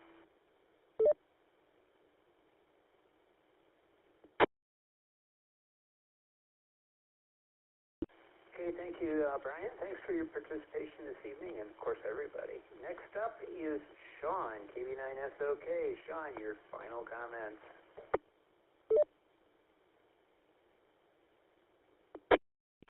Yeah, this is KB9SOK. Yeah, I agree, Tom. The HD version, or the remastery of it, they did an excellent, good job on it, actually. It actually looks pretty good. I agree with Tony. I think this movie, for their budget, punches above what they spent. It's surprisingly not bad for such a tiny budget. I wasn't crazy about some of the choices. I wasn't crazy about some of the ship designs. But I get that they were trying to make them different. Each side or each ship had different controls. So they were making an effort to make it different. It sounds like maybe there was some intentions of making some of the ships look like they shouldn't, but I don't know why they would have done that intentionally, but maybe they did. But, obviously every ship would be boring if they all look like flying saucers. You wouldn't be able to tear each other apart. I didn't mind the ship too much, even though I wasn't really crazy about the design either. The music, sounded like something that would fit. Just a generic space opera. Wasn't offended by it. And then, the were pretty bad. I do agree with that. they did look cheap. I think the budget did show up in the costumes. As far as sound effects, I thought they were fine. Once again, the laser sound was the same for every ship. I thought that was a little odd. Typically, you have different sounds for different cultures, typically, or different enemies from different planets. And the sound wasn't really, I don't think it's very good sound for the laser, but at the same time, I don't mind having laser sounds, even though I know they can't exist in space. It's a little bit like everybody speaking English. That doesn't bother me either, these kinds of movies. I think it just makes it easier to follow along, so that doesn't bother me. So yeah, overall, I think it looks better than what it probably should have. Some very interesting choices for costumes and ships. But yeah. So yeah, enjoyed the conversation tonight. Looking forward to the next one like always. Back to that. This is KB9SOK.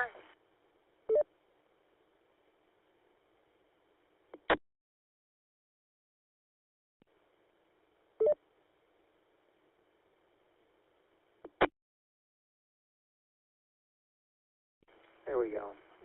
Had some trouble with the All-Star link. Okay, well, everybody's kind of hit about everything that I was going to say. The only thing I'll add is that James Horner, he unfortunately died here a few years ago. I think it was about 6 years ago in a plane accident. He was a pilot, and he had an experimental aircraft. Something happened to it. He crashed and subsequently died from his injuries. But one thing about him was he was very controversial. Part of the reason is that he would mimic other composers, and a lot of times he would copy from himself. If you watched Star Trek II, The Wrath of Khan, any length of time, watching the opening to this movie is almost the identical opening. When you watch the music and even the fonts and everything look like Star Trek II. Now, remember, that came out after this film, so who copied who? Well, Star Trek II copied this film to a certain degree, but James Horner, to his credit, would steal from others. In fact, the music that he used in this film and in Star Trek II actually is from a style from a Russian composer from I think it was the 1960s, from a very obscure film. I don't have any information on it anymore. I was listening to it on the way from a long trip home, and the guy had mentioned it, and it compared and contrasted the music, and indeed it was. So he kind of imitated others in style. Jerry Goldsmith, the most notable, which is how he got the job in the first place, is that he sounded like Jerry Goldsmith, and they wanted somebody for Star Trek II for that. So he had done this film and got his big break, and they decided that he could do the music for Star Trek II. So I suspect that they probably said, can you do the same as you did in Battle Beyond the Stars? And that's how it all came about. All right, that's all I'm going to say. I'm getting tired here. I had to go back and look and see what I had in the list here real quick because I didn't go and do anything ahead of time. Let me reset.